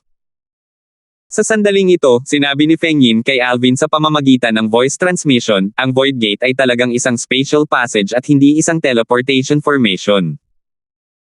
Sa pangkalahatan, kailangan mong maging isang Lord of Gods kahit papaano para mabuksan ang spatial passage na ito. 3,706. Bumukas ang A Vast World sa harap ni Alvin pagkalabas niya ng Void Gate. Nang lumingon siya para tingnan ang Void Gate, natuklasan niyang ang Void Gate ay mukhang hindi naiiba sa kabilang panig. Sa isang sulyap pa lamang, nakita ni Alvin ang isang malaking palasyo na nakabitin sa ere sa malapit, na parang isang malaking halimaw na nakatingin sa lupa sa ilalim nito. Malalaki ang mahigpit na nakasara ng mga pinto ng palasyo, na sumasakop sa isang katlo ng harapan ng palasyo. Mukhang luma na ito, at ang arkitektura nito ay napakaganda. Bawat isa. Ang lugar, mula sa maliit na hawakan ng pinto hanggang sa malalaking pinto, ay natatakpan ng mga masalimuot na linya at mga disenyo. 6 na tao ang nakalutang sa ere ng tigdalawa sa sandaling ito. 4 sa kanila ay sina Domang, at ang kani-kanilang mga kasama na nakilala ni Alvin kanina. May 2 hindi pamilyar na mukha roon. Isa sa kanila ay isang payat at mahinang binata na mukhang kasing ganda ng isang babae. Nakasuot siya ng puting damit at may hawak na nakatuping palakol. Mukha siyang isang elegante at matalinong iskolar. Ang isa pang tao ay isang gwapong binata na nakasuot ng pulang damit. Siya. May dalang mahabang espada sa kanyang baywang. Siya ay matangkad at maskulado, at ang kanyang mukha ay kasing lalaki ng kanyang katawan. Ang anyo ng dalawang binata ay nagpupuno sa isa't isa. Ang binata na nakaputi at nakasuot ng damit na Harold. Ang boses ni Feng Yin ay umalangaw-ngaw sa tainga ni Alvin sa tamang oras. Hindi na kailangang sabihin pa, kahit wala ang pagpapadala ng boses ni Feng Yin, alam ni Alvin na ang batang nakaputi ay si Harold na inilarawan ni na Feng Yin at Killian bilang isang lobo na nakadamit tupa. Sa dalawang binata, ang binata na nakaputi ang mas akma sa paglalarawang ito. Bagamat ang nakapulang. Guwapo ang binata, hindi siya kamukha ng mapanlinlang na mahinang taong pinag-usapan ni na Feng Yin at Killian. Matagal na rin mula noong huli tayong nagkita, pero lahat kayo ay maganda pa rin gaya ng dati, sabi ni Harold habang tumatango kina Feng Yin, Killian, at sa dalawang lalaki. Ang kanyang ngiti ay mukhang taos puso at parang nakakapreskong simoy ng tagsibol. Talagang mukhang walang kasalanan siya sa kanyang mahinang pangangatawan at pambabaeng katangian ng mukha. Gayunpaman, mayroon siyang dating ng kamahalan na nagmumukhang mas mataas siya kaysa sa lahat. Siya ang tipo ng tao na mahihirapan ang iba na malaman kung paano aatake. Bagamat panandalian lamang ang pakiramdam na iyon, napansin ni Alvin na hindi madaling pakisamahan si Harold at kakaiba siya. Matapos makilala si Harold, sumang-ayon siya sa mga sinabi ni na Feng Yin at Killian. Batay sa unang impresyon niya kay Harold at sa hindi maitagong kumpiyansa sa mga mata ni Harold, napagtanto niya. Hindi niya napigil ang maging alerto. Sa katunayan, hindi sana siya magiging alerto ng ganito kung sina Domang at Domang ay nagsanib puwersa. Malinaw na mas mahirap pakitunguhan si Harold. Bukod doon, napansin din ni Alvin na nang magsalita si Harold, ang binata na nakapula ang damit ay hindi namamalayang tumingin kay Harold ng may magalang at takot na ekspresyon sa kanyang mukha. Bagamat lumitaw ang ekspresyon ng ilang sandali lamang, hindi ito nakaligtas sa kanyang pansin. Napansin niya ang binata na nakapula ang damit. Ang paggalang at takot ng lalaki ay hindi kunwari. Dahil dito, madali para sa kanya na makita na tunay na kinilala ng binata na nakapula ang mga kakayahan ni Harold. Dati, sinabi ni na Feng Yin at Killian na kung pag-uusapan ang lakas, hindi sila kayang tapatan ni Harold. Nang maalala ni Alvin ang kanilang mga sinabi, naisip niya, talagang itinatago ni Harold ang kanyang lakas, at tiyak na napakatalino at tuso niya. May kutob akong masama rin siya. Lalong nag-ingat si Alvin kay Harold. Pakiramdam niya ay sa lahat ng naroroon, si Harold ang pinakamapanganib. Kahit si Killian, ang apo ni Zack, ang Supreme Elder ng 10,000 Devil Sect, na may-ari ng isang King-grade flying ship ay hindi kasing delikado ng si Harold ay. Matapos mabuhay ng 2 beses, lubos na nagtiwala si Alvin sa kanyang likas na ugali. Dahil doon, naramdaman niya na palagi siyang nagiging napakalakas at masama dahil kay Harold. Harold, tumigil ka na sa pagsasalita ng kalokohan. Tila walang magandang relasyon si Killian kay Harold. Hindi man lang siya nagkunwaring mabait. Naiinip at prangka niyang sinabi, dahil nandito tayong lahat, buksan natin ang banal na santuwaryo para makapasok tayo. Pagkatapos niyan, ang bawat tao ay para sa kanyang sarili. Pagkabasag pa lang ng boses ni Killian, nakarinig siya ng buntong hininga na ipinapadala sa pamamagitan ng voice transmission bago may nagsalita, si Elder Zack ay palaging kalmado at mahinahon. Bakit ang kanyang apo ay mainitin ang ulo at walang pasensya? Killian, kung hindi mo mapigilan ang iyong init ng ulo, mas maaga kang mapapahamak mamaya. Nang marinig ang voice transmission, nanlaki ang mga mata ni Killian at agad na namula ang kanyang ekspresyon. Hindi makapaniwalang tumingin siya kay Harold habang nagtatanong gamit ang voice transmission, paano mo nalaman ang pagkakakilanlan ko? Sinabi ba sa iyo ni Yishan o ng kanyang kasama ang tungkol dito? Pagkatapos sabihin iyon, likas na lumingon si Killian kina Feng Yin at Alvin nang may galit at pagbabantay na nagniningning sa kanyang mga mata. Napansin ni Feng Yin ang abnormal na reaksyon ni Killian at nakasimangot na nagtanong, anong problema? Sa kabilang banda, nanliit ang mga mata ni Alvin.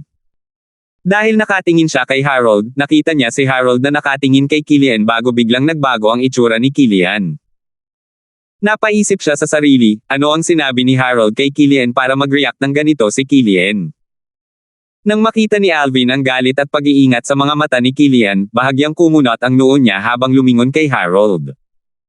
Sa pagkakataong ito, biglang kumalma si Killian. Pagkatapos, sinabi niya, Harold, narinig mo ba ang sinabi ko? Tara na. Siyempre naman. Kung ayos lang sa dalawa, pwede na tayong pumasok, sabi ni Harold bago ngumiti kina Domang at Domang. Sabay na sinabi ni na Domang at Domang, maaari kaming umalis kahit kailan ka handa, Harold. Base sa mga sinabi ng dalawa, malinaw na susundin nila ang pangunguna ni Harold. Natural lang, wala itong kahulugan. Hindi sila magdadalawang isip na atakihin si Harold kung mayroon silang anumang conflict of interest sa Divine Sanctuary. Pansamantala lamang nilang napagpasyahan na sundin ang pangunguna ni Harold dahil sa presensya ni ang mga disipulo mula sa Hidden Fog Sect at sa 10,000 Devil Sect na mga sekta na may ranggong Panginoon. Harold na ba kayo? Tanong ni Killian habang nakatingin kina Fengyin at Alvin. Sige, buksan na lang natin ang Divine Sanctuary ngayon, sabi ni Fengyin. Ang buong punto nito ay ang makapasok sa Divine Sanctuary. Hindi naman kailangang sayangin ang oras ng hindi kinakailangan. Sige. Tayong 5 na may hawak ng mga susi ang magbubukas ng pinto habang ang ating mga kasama ang wawasak sa formation. Sa pamamagitan nito, masisiguro rin natin na hindi tayo masasaksak sa ating mga likod, sabi ni Harold. Natural lang na walang anumang pagtutol sina Fengyin, Killian, at ang dalawa pang lalaki. Umatras sina Alvin at ang 4 na kasamahan habang ang 5 tao ay naglalakad patungo sa pintuan ng banal na santuwaryo. Pinanood nila ang 5 lalaki habang naglalabas ng tigi-isang tansong susi bago ipinasok ang mga ito sa 5 butas ng susi sa pinto. Ang 5 butas ng susi ay nagniningning na may iba't ibang kulay ng liwanag, ginto, berde, asul, pula, at madilaw-dilaw na kayumanggi. Ang mga kulay ay tumutugma sa 5 elemento, na metal, kahoy, tubig, apoy, at lupa. Sa oras na ito, ang mga mata ni Alvin ay nakatuon sa likod ni Harold at Killian. Nasa isip pa rin niya ang nangyari kanina. May pakiramdam siyang may mahalagang nangyari sa kanilang dalawa kanina. Malinaw na galit at mapagmatsyag ang tingin ni Killian kay Senior Brother Wu at sa akin kanina. Ano ang sinabi ni Harold para mapatingin siya sa amin ng ganoon? Halatang iniisip niya na may ginawa tayo. Ano ba sa tingin niya ang ginawa natin? Tanong ni Alvin sa loob-loob niya.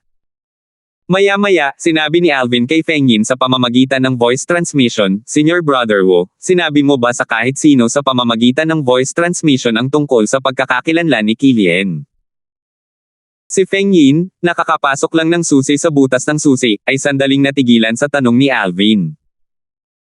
Pagkatapos, sumagot siya sa pamamagitan ng voice transmission, hindi. Bakit? Hindi sumagot si Alvin kay Fengyin. Matapos matanggap ang tugon ni Fengyin, maraming ideya ang pumasok sa kanyang isipan. Sa kanyang isipan, naisip niya, maaaring matagal nang nalaman ni Harold ang tungkol sa pagkakakilanlan ni Killian at sinabi niya ito sa pamamagitan ng kanyang boses. Gayunpaman, pagkaraan ng ilang sandali, si Killian. Kapansin-pansing kumalma si June. Nang mga oras na iyon, malamang sinabi sa kanya ni Harold na hindi namin siya inilantad.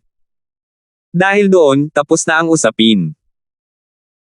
Gayunpaman, napansin ni Alvin na matapos kumalma si Killian kanina, tiningnan niya si Harold ng may bahagyang gulat at komplikadong ekspresyon sa mukha.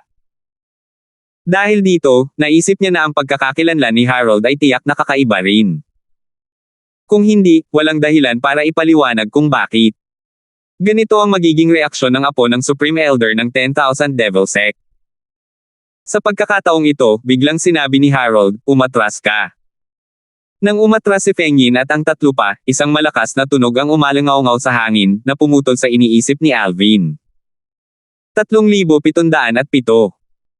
Matapos umatras sina Fengyin, Harold, at ang iba pa, dahan-daang bumukas ang mga pinto ng banal na santuwaryo. Sa isang iglap, isang madilim na vortex ang lumitaw sa harap nila, na humaharang sa pasukan na kakabukas lang. Dahil dito, wala ni isa sa kanila ang nakakita sa likod ng mga pinto. Gayunpaman, wala ni isa sa kanila ang nagulat. Paano naging normal ang banal na santuwaryo at madaling magpakita? Sa panlabas, ito ay kahawig ng isang palasyo, pero sino ang nakakaalam kung ano ang hitsura nito sa loob? Walang katapusan ang mga posibilidad kung tutuusin. Sa pagkakataong ito, si Feng Yin, na bumalik upang tumayo sa tabi ni Alvin, ay muling nagtanong gamit ang voice transmission, bakit mo ako tinanong yan kanina, Junior Brother Darfield? Natural lang, alam ni Feng Yin na ayaw ni Alvin na makinig ang iba sa kanilang usapan kaya ginamit niya ang voice transmission para makipag-ugnayan. Senior Brother Wu, natatakot ako na ang tunay na pagkakakilanlan ni Harold ay malamang nakakaiba. Bukod dito, pinaghihinalaan ko na alam din niya ang tunay na pagkakakilanlan ni Killian at nalaman na rin ni Killian ang tungkol sa kanyang pagkakakilanlan. Higit sa lahat, tila medyo naging magalang si Killian pagkatapos ang pagkaalam sa pagkakakilanlan ni Harold Sima. Ganoon ba? Natural na nagulat si Feng Yin. Bagamat hindi siya naniwala nang sabihin ni Harold noon na isa siyang cultivator na walang sekta, hindi niya inisip na may kakaibang pagkakakilanlan si Harold. Bukod dito, hanggang sa punto na maging si Killian ay iginalang si Harold matapos matuklasan si Sima. Ang pagkakakilanlan ni Harold. Si Killian ay apo ni Zack, ang kataas-taasang elder ng 10,000 Devil Sect. Ang kanyang kapatid at nakatatandang kapatid na si Pojan at si Ender, dalawang sikat na prodigy ng 10,000 Devil Sect.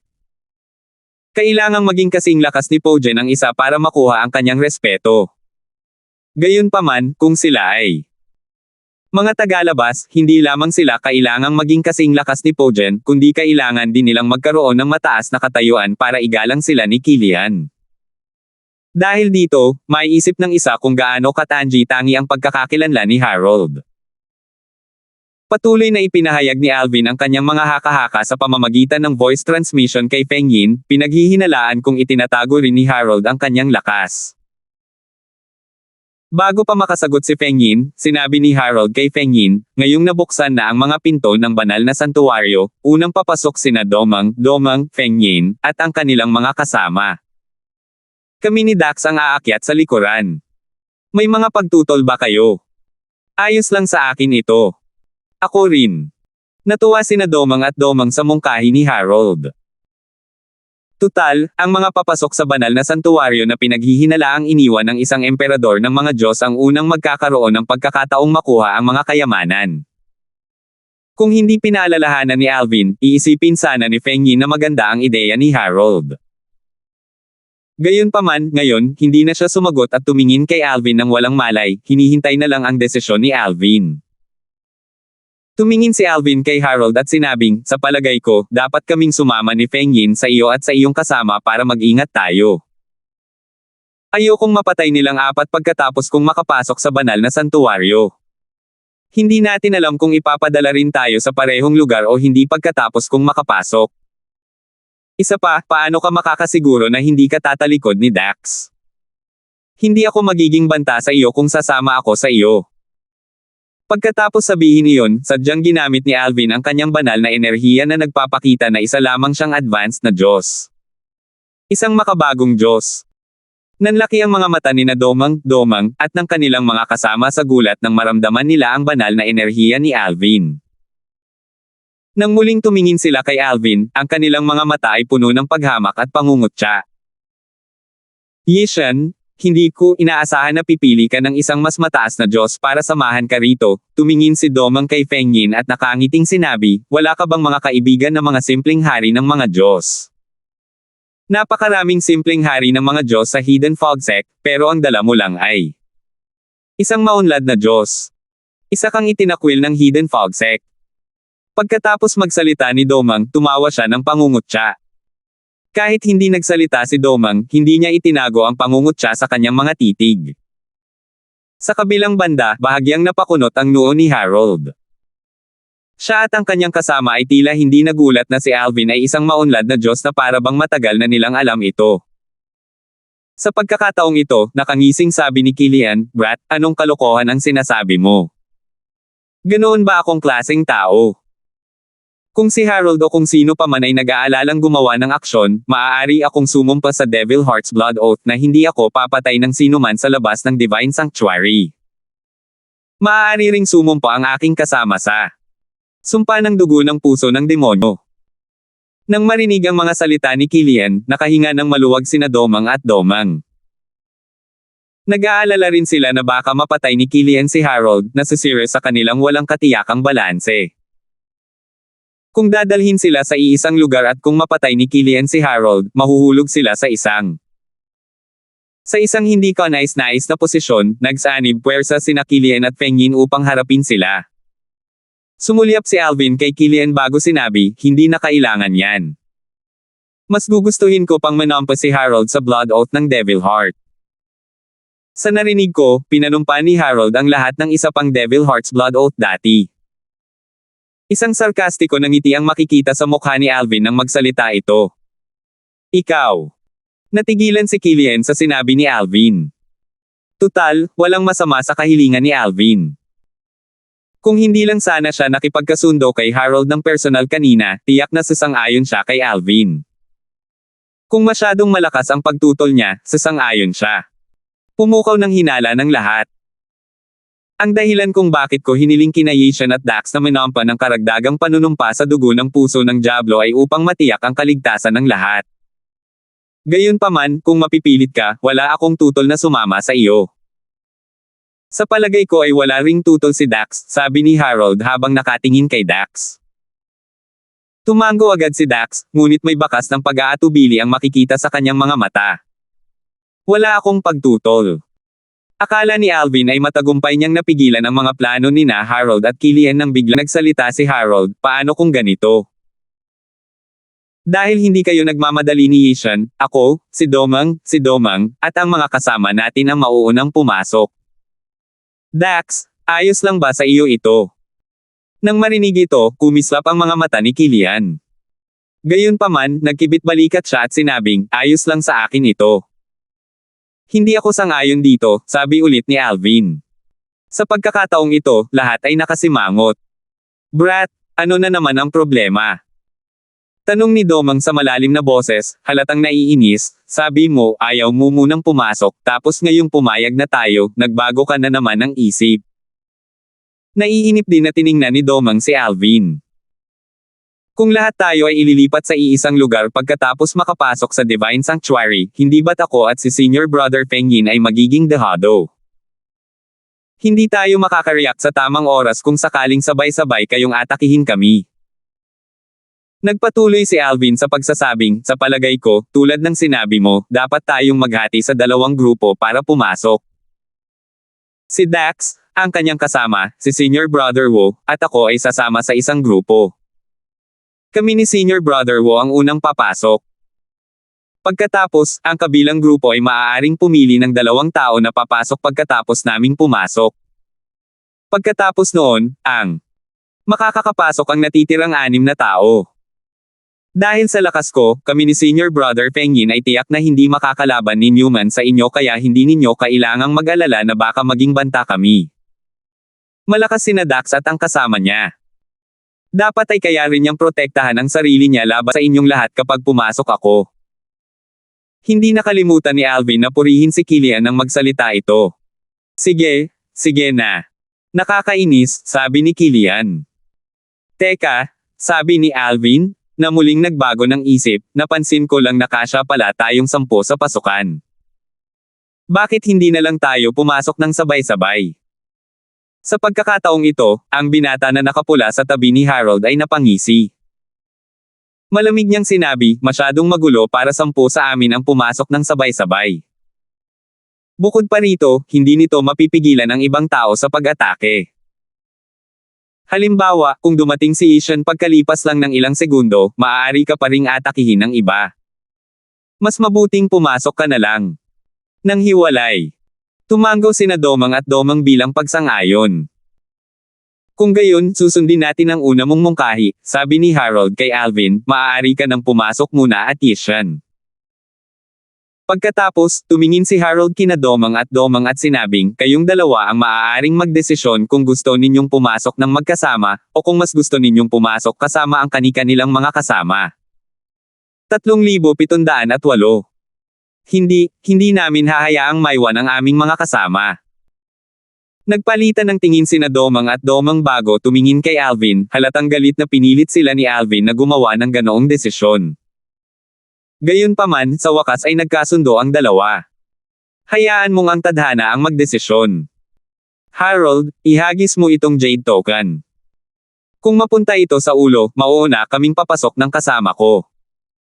Kung mapunta ito sa buntot, mauuna kaming papasok ni Domang at ng kanyang kasama. Domang, ayos lang ba sa iyo ito? Sabi ni Domang habang inihahagis niya ang isang jade token kay Harold. Tumanggaw si Domang. Ayos lang sa akin ito. Hindi nag-aksaya ng oras si Harold at agad na inihagis ang jade token. Pagkatapos, dinampot niya ang jade token sa ere sa bilis ng kidlat. Nang ibukan niya ang kanyang mga kamay, nakita ng lahat na ang jade token ay lumapag na may buntot. Tumawa si Domang bago sinabing, sayang naman, Domang. Bagamat medyo hindi natuwa si Domang, hindi siya tumutol. Siya naman ang nakaisip ng ideyang ito, kaya tatanggapin na lamang niya ang magiging resulta. Matapos ibalik ang jade token ni Domang, tumingin si Harold kina Alvin at Feng Yin bago sinabi, sige. Feng Yin, ikaw at ang iyong kasama ay papasok muna kasama si Domang at ang kanyang kasama. Pagkatapos, tayong anim ay papasok pagkatapos niyan. Sa pagkakataong ito, hindi na tumutol si Alvin. Kasama si Feng Yin, tumalon siya sa madilim na vortex sa pasukan ng Divine Sanctuary. Kasunod nito, dali-daling pumasok din sina Domang at ang kanyang kasama. Nang tumalon si Alvin sa madilim na vortex, nakaramdam siya ng pagkahilo. Mabuti na lang at panandalian lang ang pakiramdam na iyon. Nang makabalik siya sa kanyang katinoan, tumingin siya sa kaliwa at kanan. Nakarating siya sa isang maluwang na kuweba na may dalawang landas na patungo sa mga hindi kilalang lugar. Kung ikukumpara sa kuweba sa labas, medyo walang laman ang kuwebang ito. Ang kuwebang ito ay mukhang pag-aari ng isang tampalasan habang ang isa pang kuweba ay mukhang pag-aari ng isang emperador. Junior Brother Darfield, tawag ni Feng Yin. Nang lumingon si Alvin, nakita niyang dumating na rin si Domang at ang kasama nito. Nakita niya ang mga ekspresyon ng kanilang mga mukha na parang mamamatay tao nang tumingin sila sa kanya, ngunit tila hamina ang kanilang balak na pumatay nang tumingin sila kay Feng Yin. Ngumiti si Alvin at sinabi kay Feng Yin sa pamamagitan ng voice transmission, Senior Brother Wu, mukhang nag-iingat sa iyo si Domang. Kung hindi, baka inatake na tayo nila ng kasama niya. Ngumiti rin si Feng Yin. Junior Brother Darfield, hindi lang nila alam kung gaano kakalakas. Kung hindi, hindi sila maglalakas loob na isipin ang pag-atake sa iyo. Pagkatapos, nagtanong siya ng may pagtataka, Junior Brother Darfield, bakit ka ba nagkagulo kanina? Mag-usap tayo habang naglalakad, sabi ni Alvin. Nanguna siya at naglakad papunta sa isa sa mga landas. Nang makita ito, natural na sinundan siya ni Feng Yin. Nagtanong ang matandang lalaki sa tabi ni Domang, Guro, dapat ba natin silang sundan? Umiling si Domang. Lahat tayo ay mga simpleng hari ng mga Diyos. Bagamat ang kasama ni Yishan ay isang advanced na Diyos lamang, si Yishan ay napakalakas. Kahit na magawa nating dalawa na saktan siya, tiyak na hindi tayo makakabuti. Hindi sulit na gumawa ng hakbang ngayon. Pinakamabuting hintayin sina Harold at Liu Dong. Ming, pumasok ka na. Masyadong mapanganib para sa ating dalawa na galugarin ang lugar ng mag-isa. Hahayaan natin silang harapin ang mga balakid, at kapag napagod na sila, susunggaban natin ang pagkakataon at aanihin ang mga benepisyo. Nang marinig ito, napangiti ng mapait ang matanda. Natatakot akong hindi naman sila ganoon katanga. Kung gayon, maghintay ka lang at tingnan kung sino ang huling tatawa, may kumpiyansang sabi ni Domang. Matapos maghintay ng matagal, nagsimulang kumunat ang noo ni Domang nang hindi pa dumarating sina Harold at Domang. Bakit wala pa sila rito? Dapat ay sumunod na sila sa atin. Wala bang dahilan para magtagal sila ng ganito? Kahit pa inatake sila ni Dax ng 10,000 Devil Sect, nakakapagtaka na wala ni isa sa kanila ang nandito. Samantala, sina Alvin at Feng Yin ay maingat na tumingin sa paligid habang naglalakad. Kasabay nito, sinabi ni Alvin sa pamamagitan ng voice transmission, Senior Brother Wu, kung hindi ako nagkakamali, sina Domang at ang kanyang kasama ay hindi magkakaroon ng pagkakataong makapasok sa Divine Sanctuary. Sumang-ayon si Feng Yin kay Alvin. Kung nagdesisyon sina Harold at Killian na magtulungan, tiyak na papatayin nila si Domang at ang kasama nito para mawala ang kompetisyon. Sa simula, gusto ni na Harold at Dax na maunahan ang mga kalaban. Kung hindi ako nagkakamali, plano nilang patayin ang mga grupo na papasok bago sila. Iyon ang naisip ko. Tumanggaw si Alvin. Kaya nga ako nag-ingay kanina. Ayoko ng anumang alitan sa kanila bago tayo pumasok sa Divine Sanctuary. Sa ganitong paraan, patuloy nila akong minamaliit. Kung makakaharap natin sila mamaya, ang lakas ko ang magiging pinakamalaking trahedya natin. Nagliwanag ang mga mata ni Feng Yin nang marinig ang mga sinabi ni Alvin.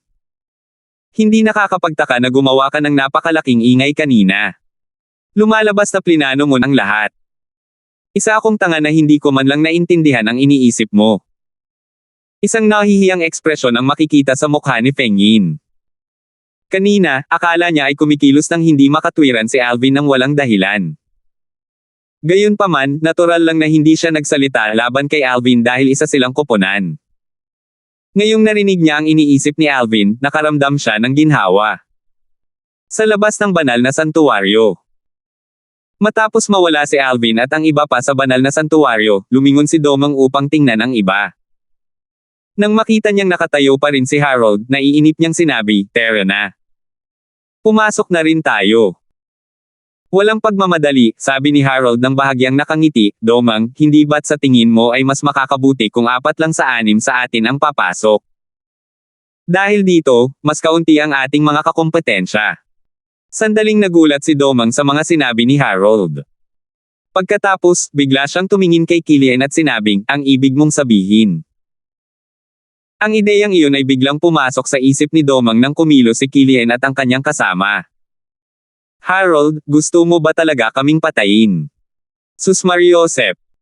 Sigaw ni Killian habang lumilipad siya papunta kina Harold at Domang sa bilis na parang kidlat.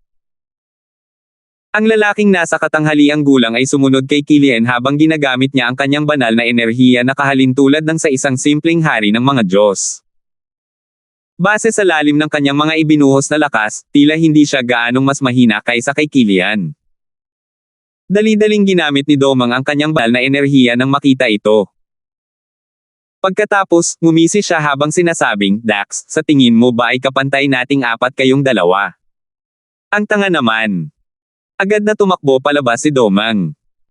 Alam niyang malalagay siya sa alanganin kung lalapit ang kanyang kalaban dahil mas malakas ito kaysa sa kanya. Kahit na marami siyang kalaban, mapanganib pa rin kung makakalapit ang kanyang kalaban sa kanya. Nang sumugod palabas si Domang at ang kanyang kasama, ang kanilang mga likuran ay ganap na nalantad kay Harold at sa kanyang kasama. Hindi nila naisip na bantayan ang kanilang mga likuran dahil sa palagay nila ay kakampi nila si Harold at ang kanyang kasama. Hindi nila pinagdudahan na si Harold at ang kanyang mga kasama ay tutulungan sila ng kasama na harapin si Dax at ang kanyang kasama.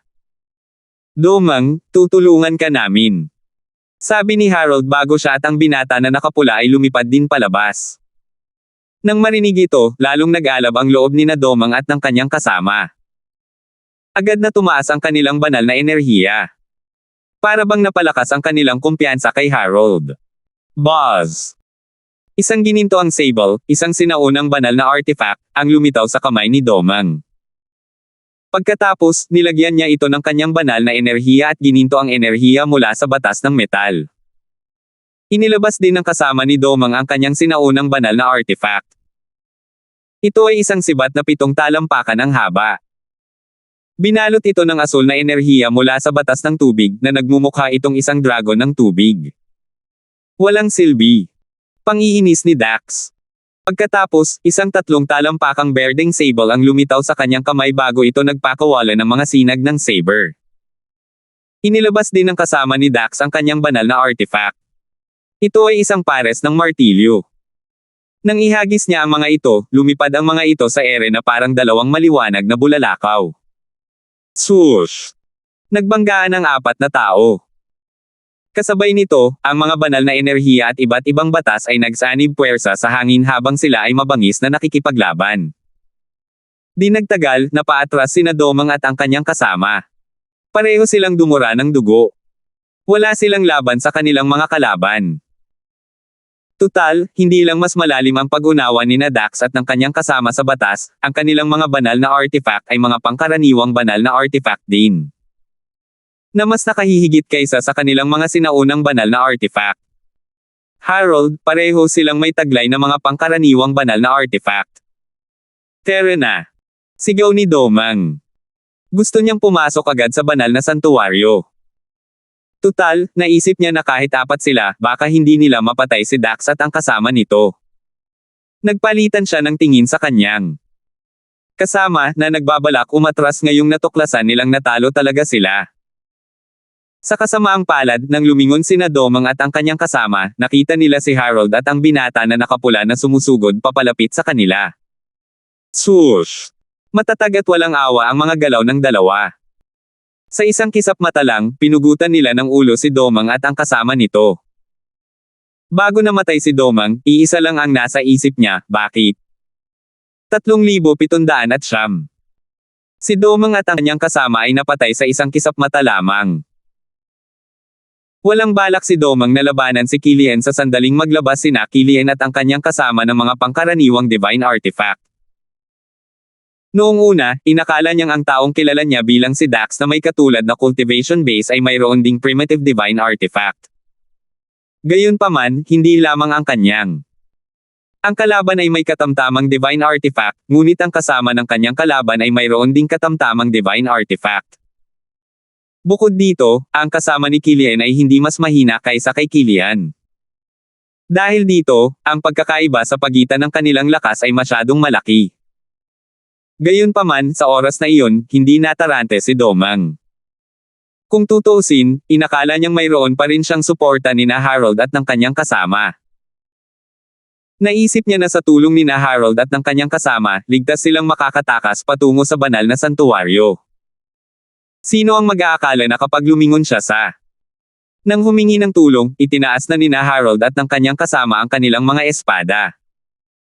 Dati, ipinakita ni Harold na naunawaan niya ang batas ng tubig. Gayunpaman, bakit siya napakahusay sa batas ng yelo? Higit sa lahat, hindi niya maintindihan kung bakit biglang tatalikuran siya ni Harold. Sa kasamaang palad, bago pa man malaman ni Domang ang sagot, napatay na siya. Gayon din, ang kasama ni Domang ay pinatay ng binata na nakapula sa tabi ni Harold. Naunawaan ng binata na nakapula ang batas ng kulog. Sa isang kumpas lamang ng kanyang kamay, pinugutan din niya ng ulo ang kasama ni Domang. Pagkatapos, tinipon niya ang mga sinaunang banal na artifact ni Domang at ng kanyang kasama. Tungkol naman sa mga spatial ring, kusang nawasak ang mga ito nang mamatay ang mga may-ari nito. Pagkatapos bumalik ang binata na nakapula sa tabi ni Harold, umiling si Harold habang sinasabi kay Killian, "Killian, dahil kasama mo si Yishan, bakit hindi mo sila pinatay habang naglalakbay papunta rito? Gamit ang lakas ninyong dalawa, hindi mahirap silang patayin." Binanggit lang ni Harold si Feng Yi na kilala niya bilang Yishan. Hindi niya binanggit si Alvin na parang hindi umiiral si Alvin. Sa kanyang paningin, ang isang maunlad na Diyos ay walang kwenta. Nang marinig ang mga salitang ito, sinabi ni Killian ng may mapait na ngiti, "Young Master Chu, hindi ko alam ang pagkakakilanlan mo noon kaya naisip ko na ang pagpapanatiling buhay ng dalawa ay makakatulong sa akin na magbantay laban sa anim sa inyo." Sandali siyang tumigil bago nagpatuloy ng may kumpiyansa, "Kung alam ko lang ang tungkol sa pagkakakilanlan mo, sana ay pinatay ko sila agad. Sa anumang kaso, hindi ito problema. Sa pagsasama nating dalawa, hindi magiging mahirap para sa atin na patayin si Yishan mamaya. Kung tungkol naman sa advanced god na kasama niya, hindi mo na kailangang mag-alala tungkol sa kanya. Kaya ko siyang patayin sa isang galaw lang. Masyadong maraming tao kanina kaya hindi kita masyadong natano. Pero, nang makita-kita ngayon, napagtanto ko kung gaano kakamukha ng lolo mo. Dahil nabanggit ng amo ko ang tungkol sa pagkakaroon ni Elder Zack ng dalawang apo, hindi nagtagal at nalaman ko ang iyong pagkakakilanlan." Si Harold, na ang tunay na pangalan ay Harold Sima, ay isang disipulo ng sekta na may ranggong emperador na kumokontrol sa Hidden Fog Sect, sa 10,000 Devil Sect, at sa angkan ng Langston. Dahil ang tatlong puwersang may ranggong Panginoon ay regular na nagbibigay ng tributo sa sekta na may ranggong Emperador, ang tatlong puwersang may ranggong Panginoon ay natural na nasa ilalim ng proteksyon ng sekta na may ranggong Emperador. Bukod dito, regular din silang nagpapadala ng mga batang talento sa sekta na may ranggong Emperador. Sa kabila ng regular na pagbabayad ng tributo, hindi naman nasiyahan ang tatlong puwersang may ranggong Panginoon. Tutal, kung ang sekta na may ranggong Emperador ay magdesisyong gumawa ng hakbang laban sa kanila, wala silang magagawa. Dahil ang pagbabayad ng tributo ay nagbibigay sa kanila ng kapayapaan, paano sila makakaramdam ng hindi kasiyahan? Bagamat ang binata na nakasuot ng lila sa tabi ni Ishan ay isa lamang maunlad na Diyos, napakatalino niya, sabi ni Harold Sima sa malalim na boses habang kumikislap ang kanyang mga mata, mukhang hindi siya makatwiran kanina, ngunit sa katunayan, naiwasan niya ang panganib. Tutal, plano naming atakihin ang pinakamaraming tao hanggat maaari. Kapag tinalikuran nila tayo. Dahil sa pakikialam niya, 2 tao lang ang napatay natin sa huli. Nakakainis talaga ang batang yan, malamig na sabi ni Killian, mabuti pa'y ipagdasal na lang niya na hindi niya ako makita sa Divine Sanctuary. Kung hindi, babalatan ko siya ng buhay bago ko siya patayin. May bahid ng balak pumatay na sumilay sa mga mata ni Harold Sima nang sabihin niya, "Tara na." Sino ang nakakaalam, baka mapunta tayo sa lugar kung saan naroon sina Yishan at Domang. Baka naroon pa rin sila. Tumawa si Killian. Maganda kung ganoon nga. Kaya natin silang patayin lahat ng sabay-sabay, at 4 na lang sa atin ang maggalugad sa banal na santuwaryo. Nawalan na ng pasensya si Domang at ang kanyang kasama at malapit nang umalis. Naisip nila na baka ang pangalawang grupo ng mga tao ay inilipat sa ibang lugar. Tutal, ang mga destinasyon para sa mga spatial passage ay hindi laging nakatakda. Gayunpaman, bigla nilang nakita ang kawalan na umaalon bago lumitaw ang 4 na figure sa harap nila. Bakit 4 lang sila? Kumunat ang noo ni Domang. Pagkatapos, sumigaw siya, "Harold, nasaan si Domang at ang kasama niya?"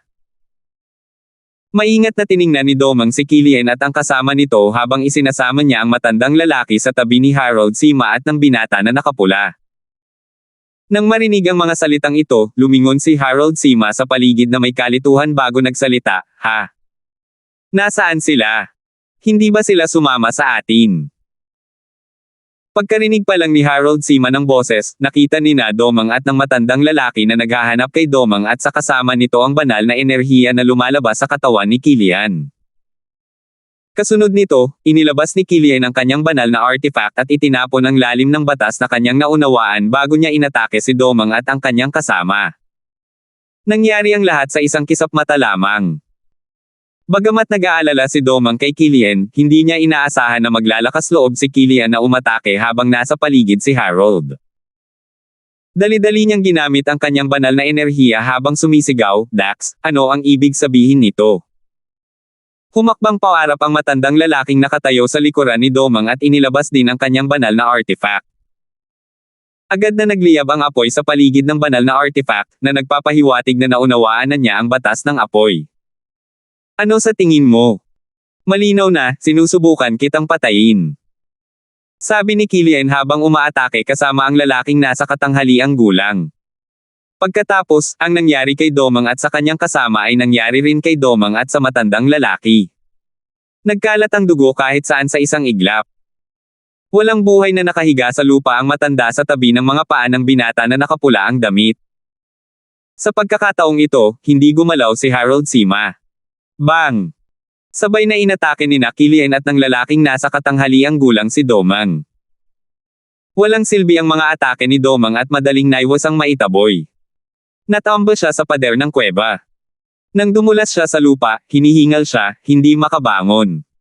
Matapos niyang dumura ng dugo, tiningnan niya ang 4. Mga taong nasa harap niya na parang hindi makapaniwala.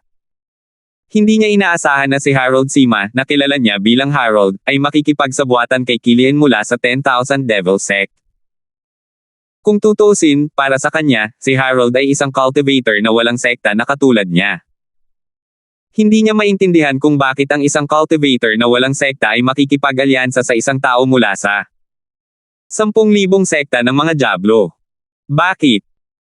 Tanong ni Domang sa malalim na boses habang nakatingin kay Harold Sima. Harold Sima, pinagtaksilan mo ang tiwala ko.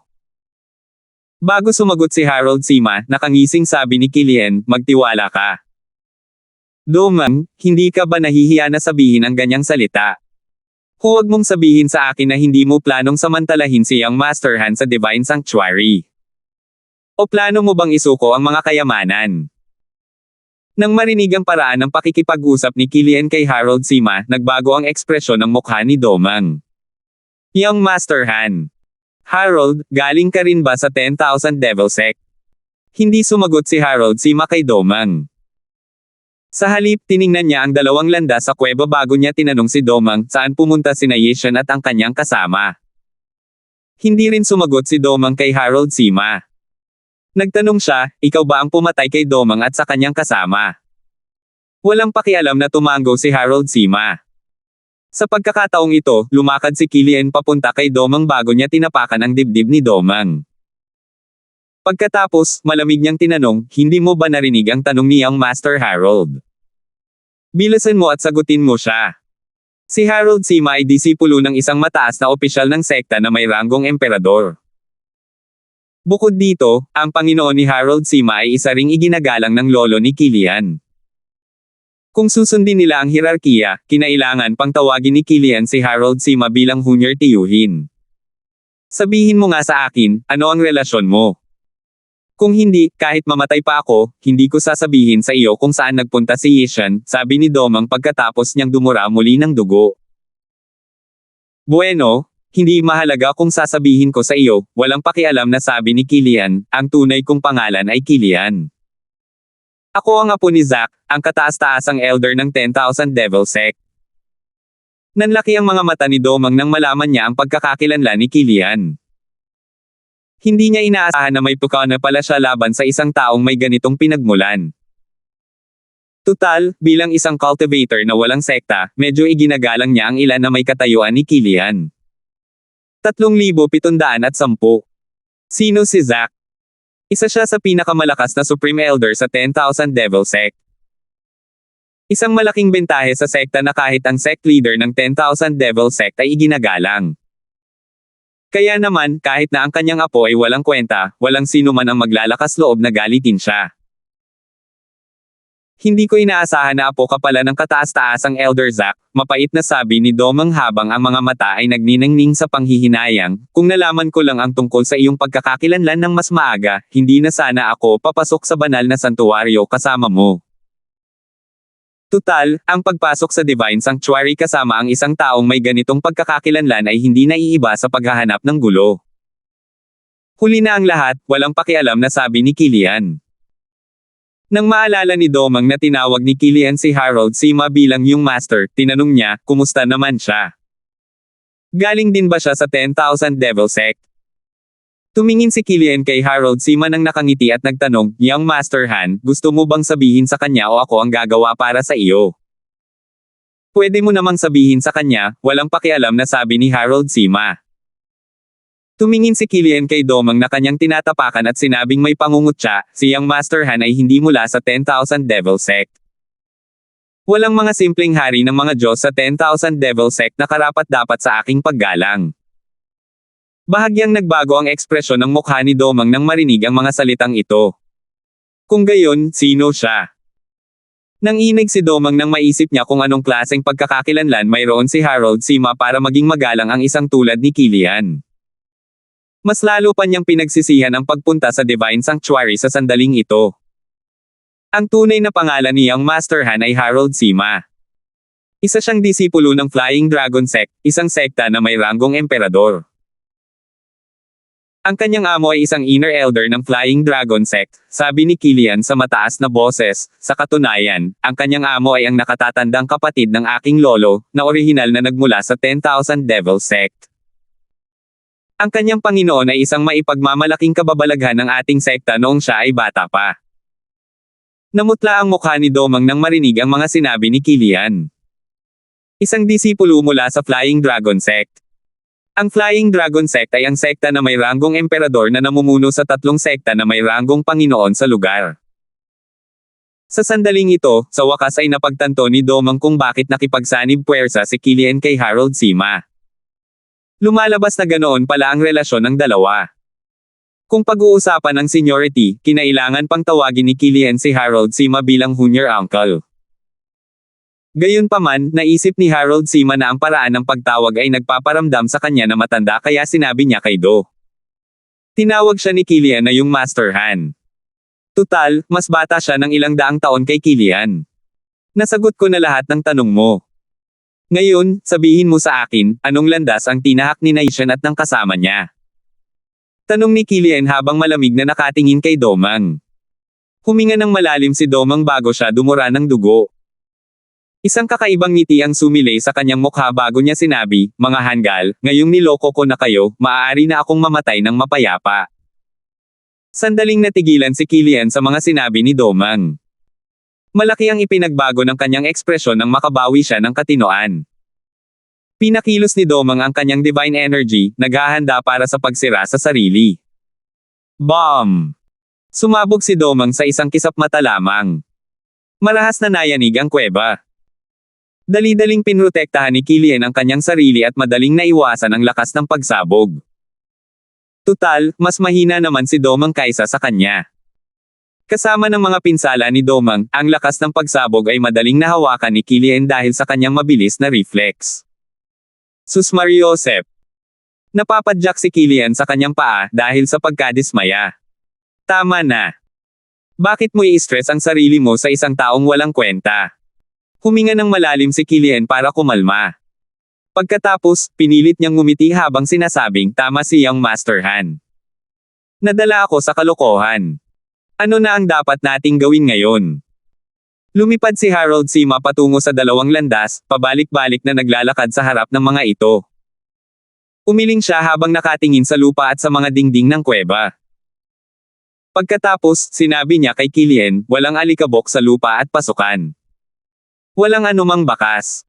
Imposibleng malaman natin kung aling landas ang kanilang tinahak. Simula noon. May dalawang landas, dapat tayong apat na maghati sa dalawang grupo at tahakin ang bawat landas. Si Ian na lang at ang kasama niya ang natitira. Dahil ang kasama niya ay isang advanced na Diyos lamang, madali para sa sinuman sa atin na patayin sila. Kung apat sa atin ang tatahak sa parehong landas, baka hindi natin sila masundan. Legree, sabi ni Killian. Sa katunayan, atubili siyang tahakin ang landas na katulad ni Harold Sima. Tutal, ang lakas ni Harold Sima ay hindi lamang kapantay niya, kundi higit sa lahat, mas mataas ang katayuan ni Harold Sima kaysa sa kanya. Kung maglalakbay siya kasama si Harold Sima, tiyak na susuko siya kay Harold Sima at matatalo kong. Kahit anong kayamanan ang makita nila. Kaya naman, lubos siyang sumang-ayon sa mungkahi ni Harold Sima.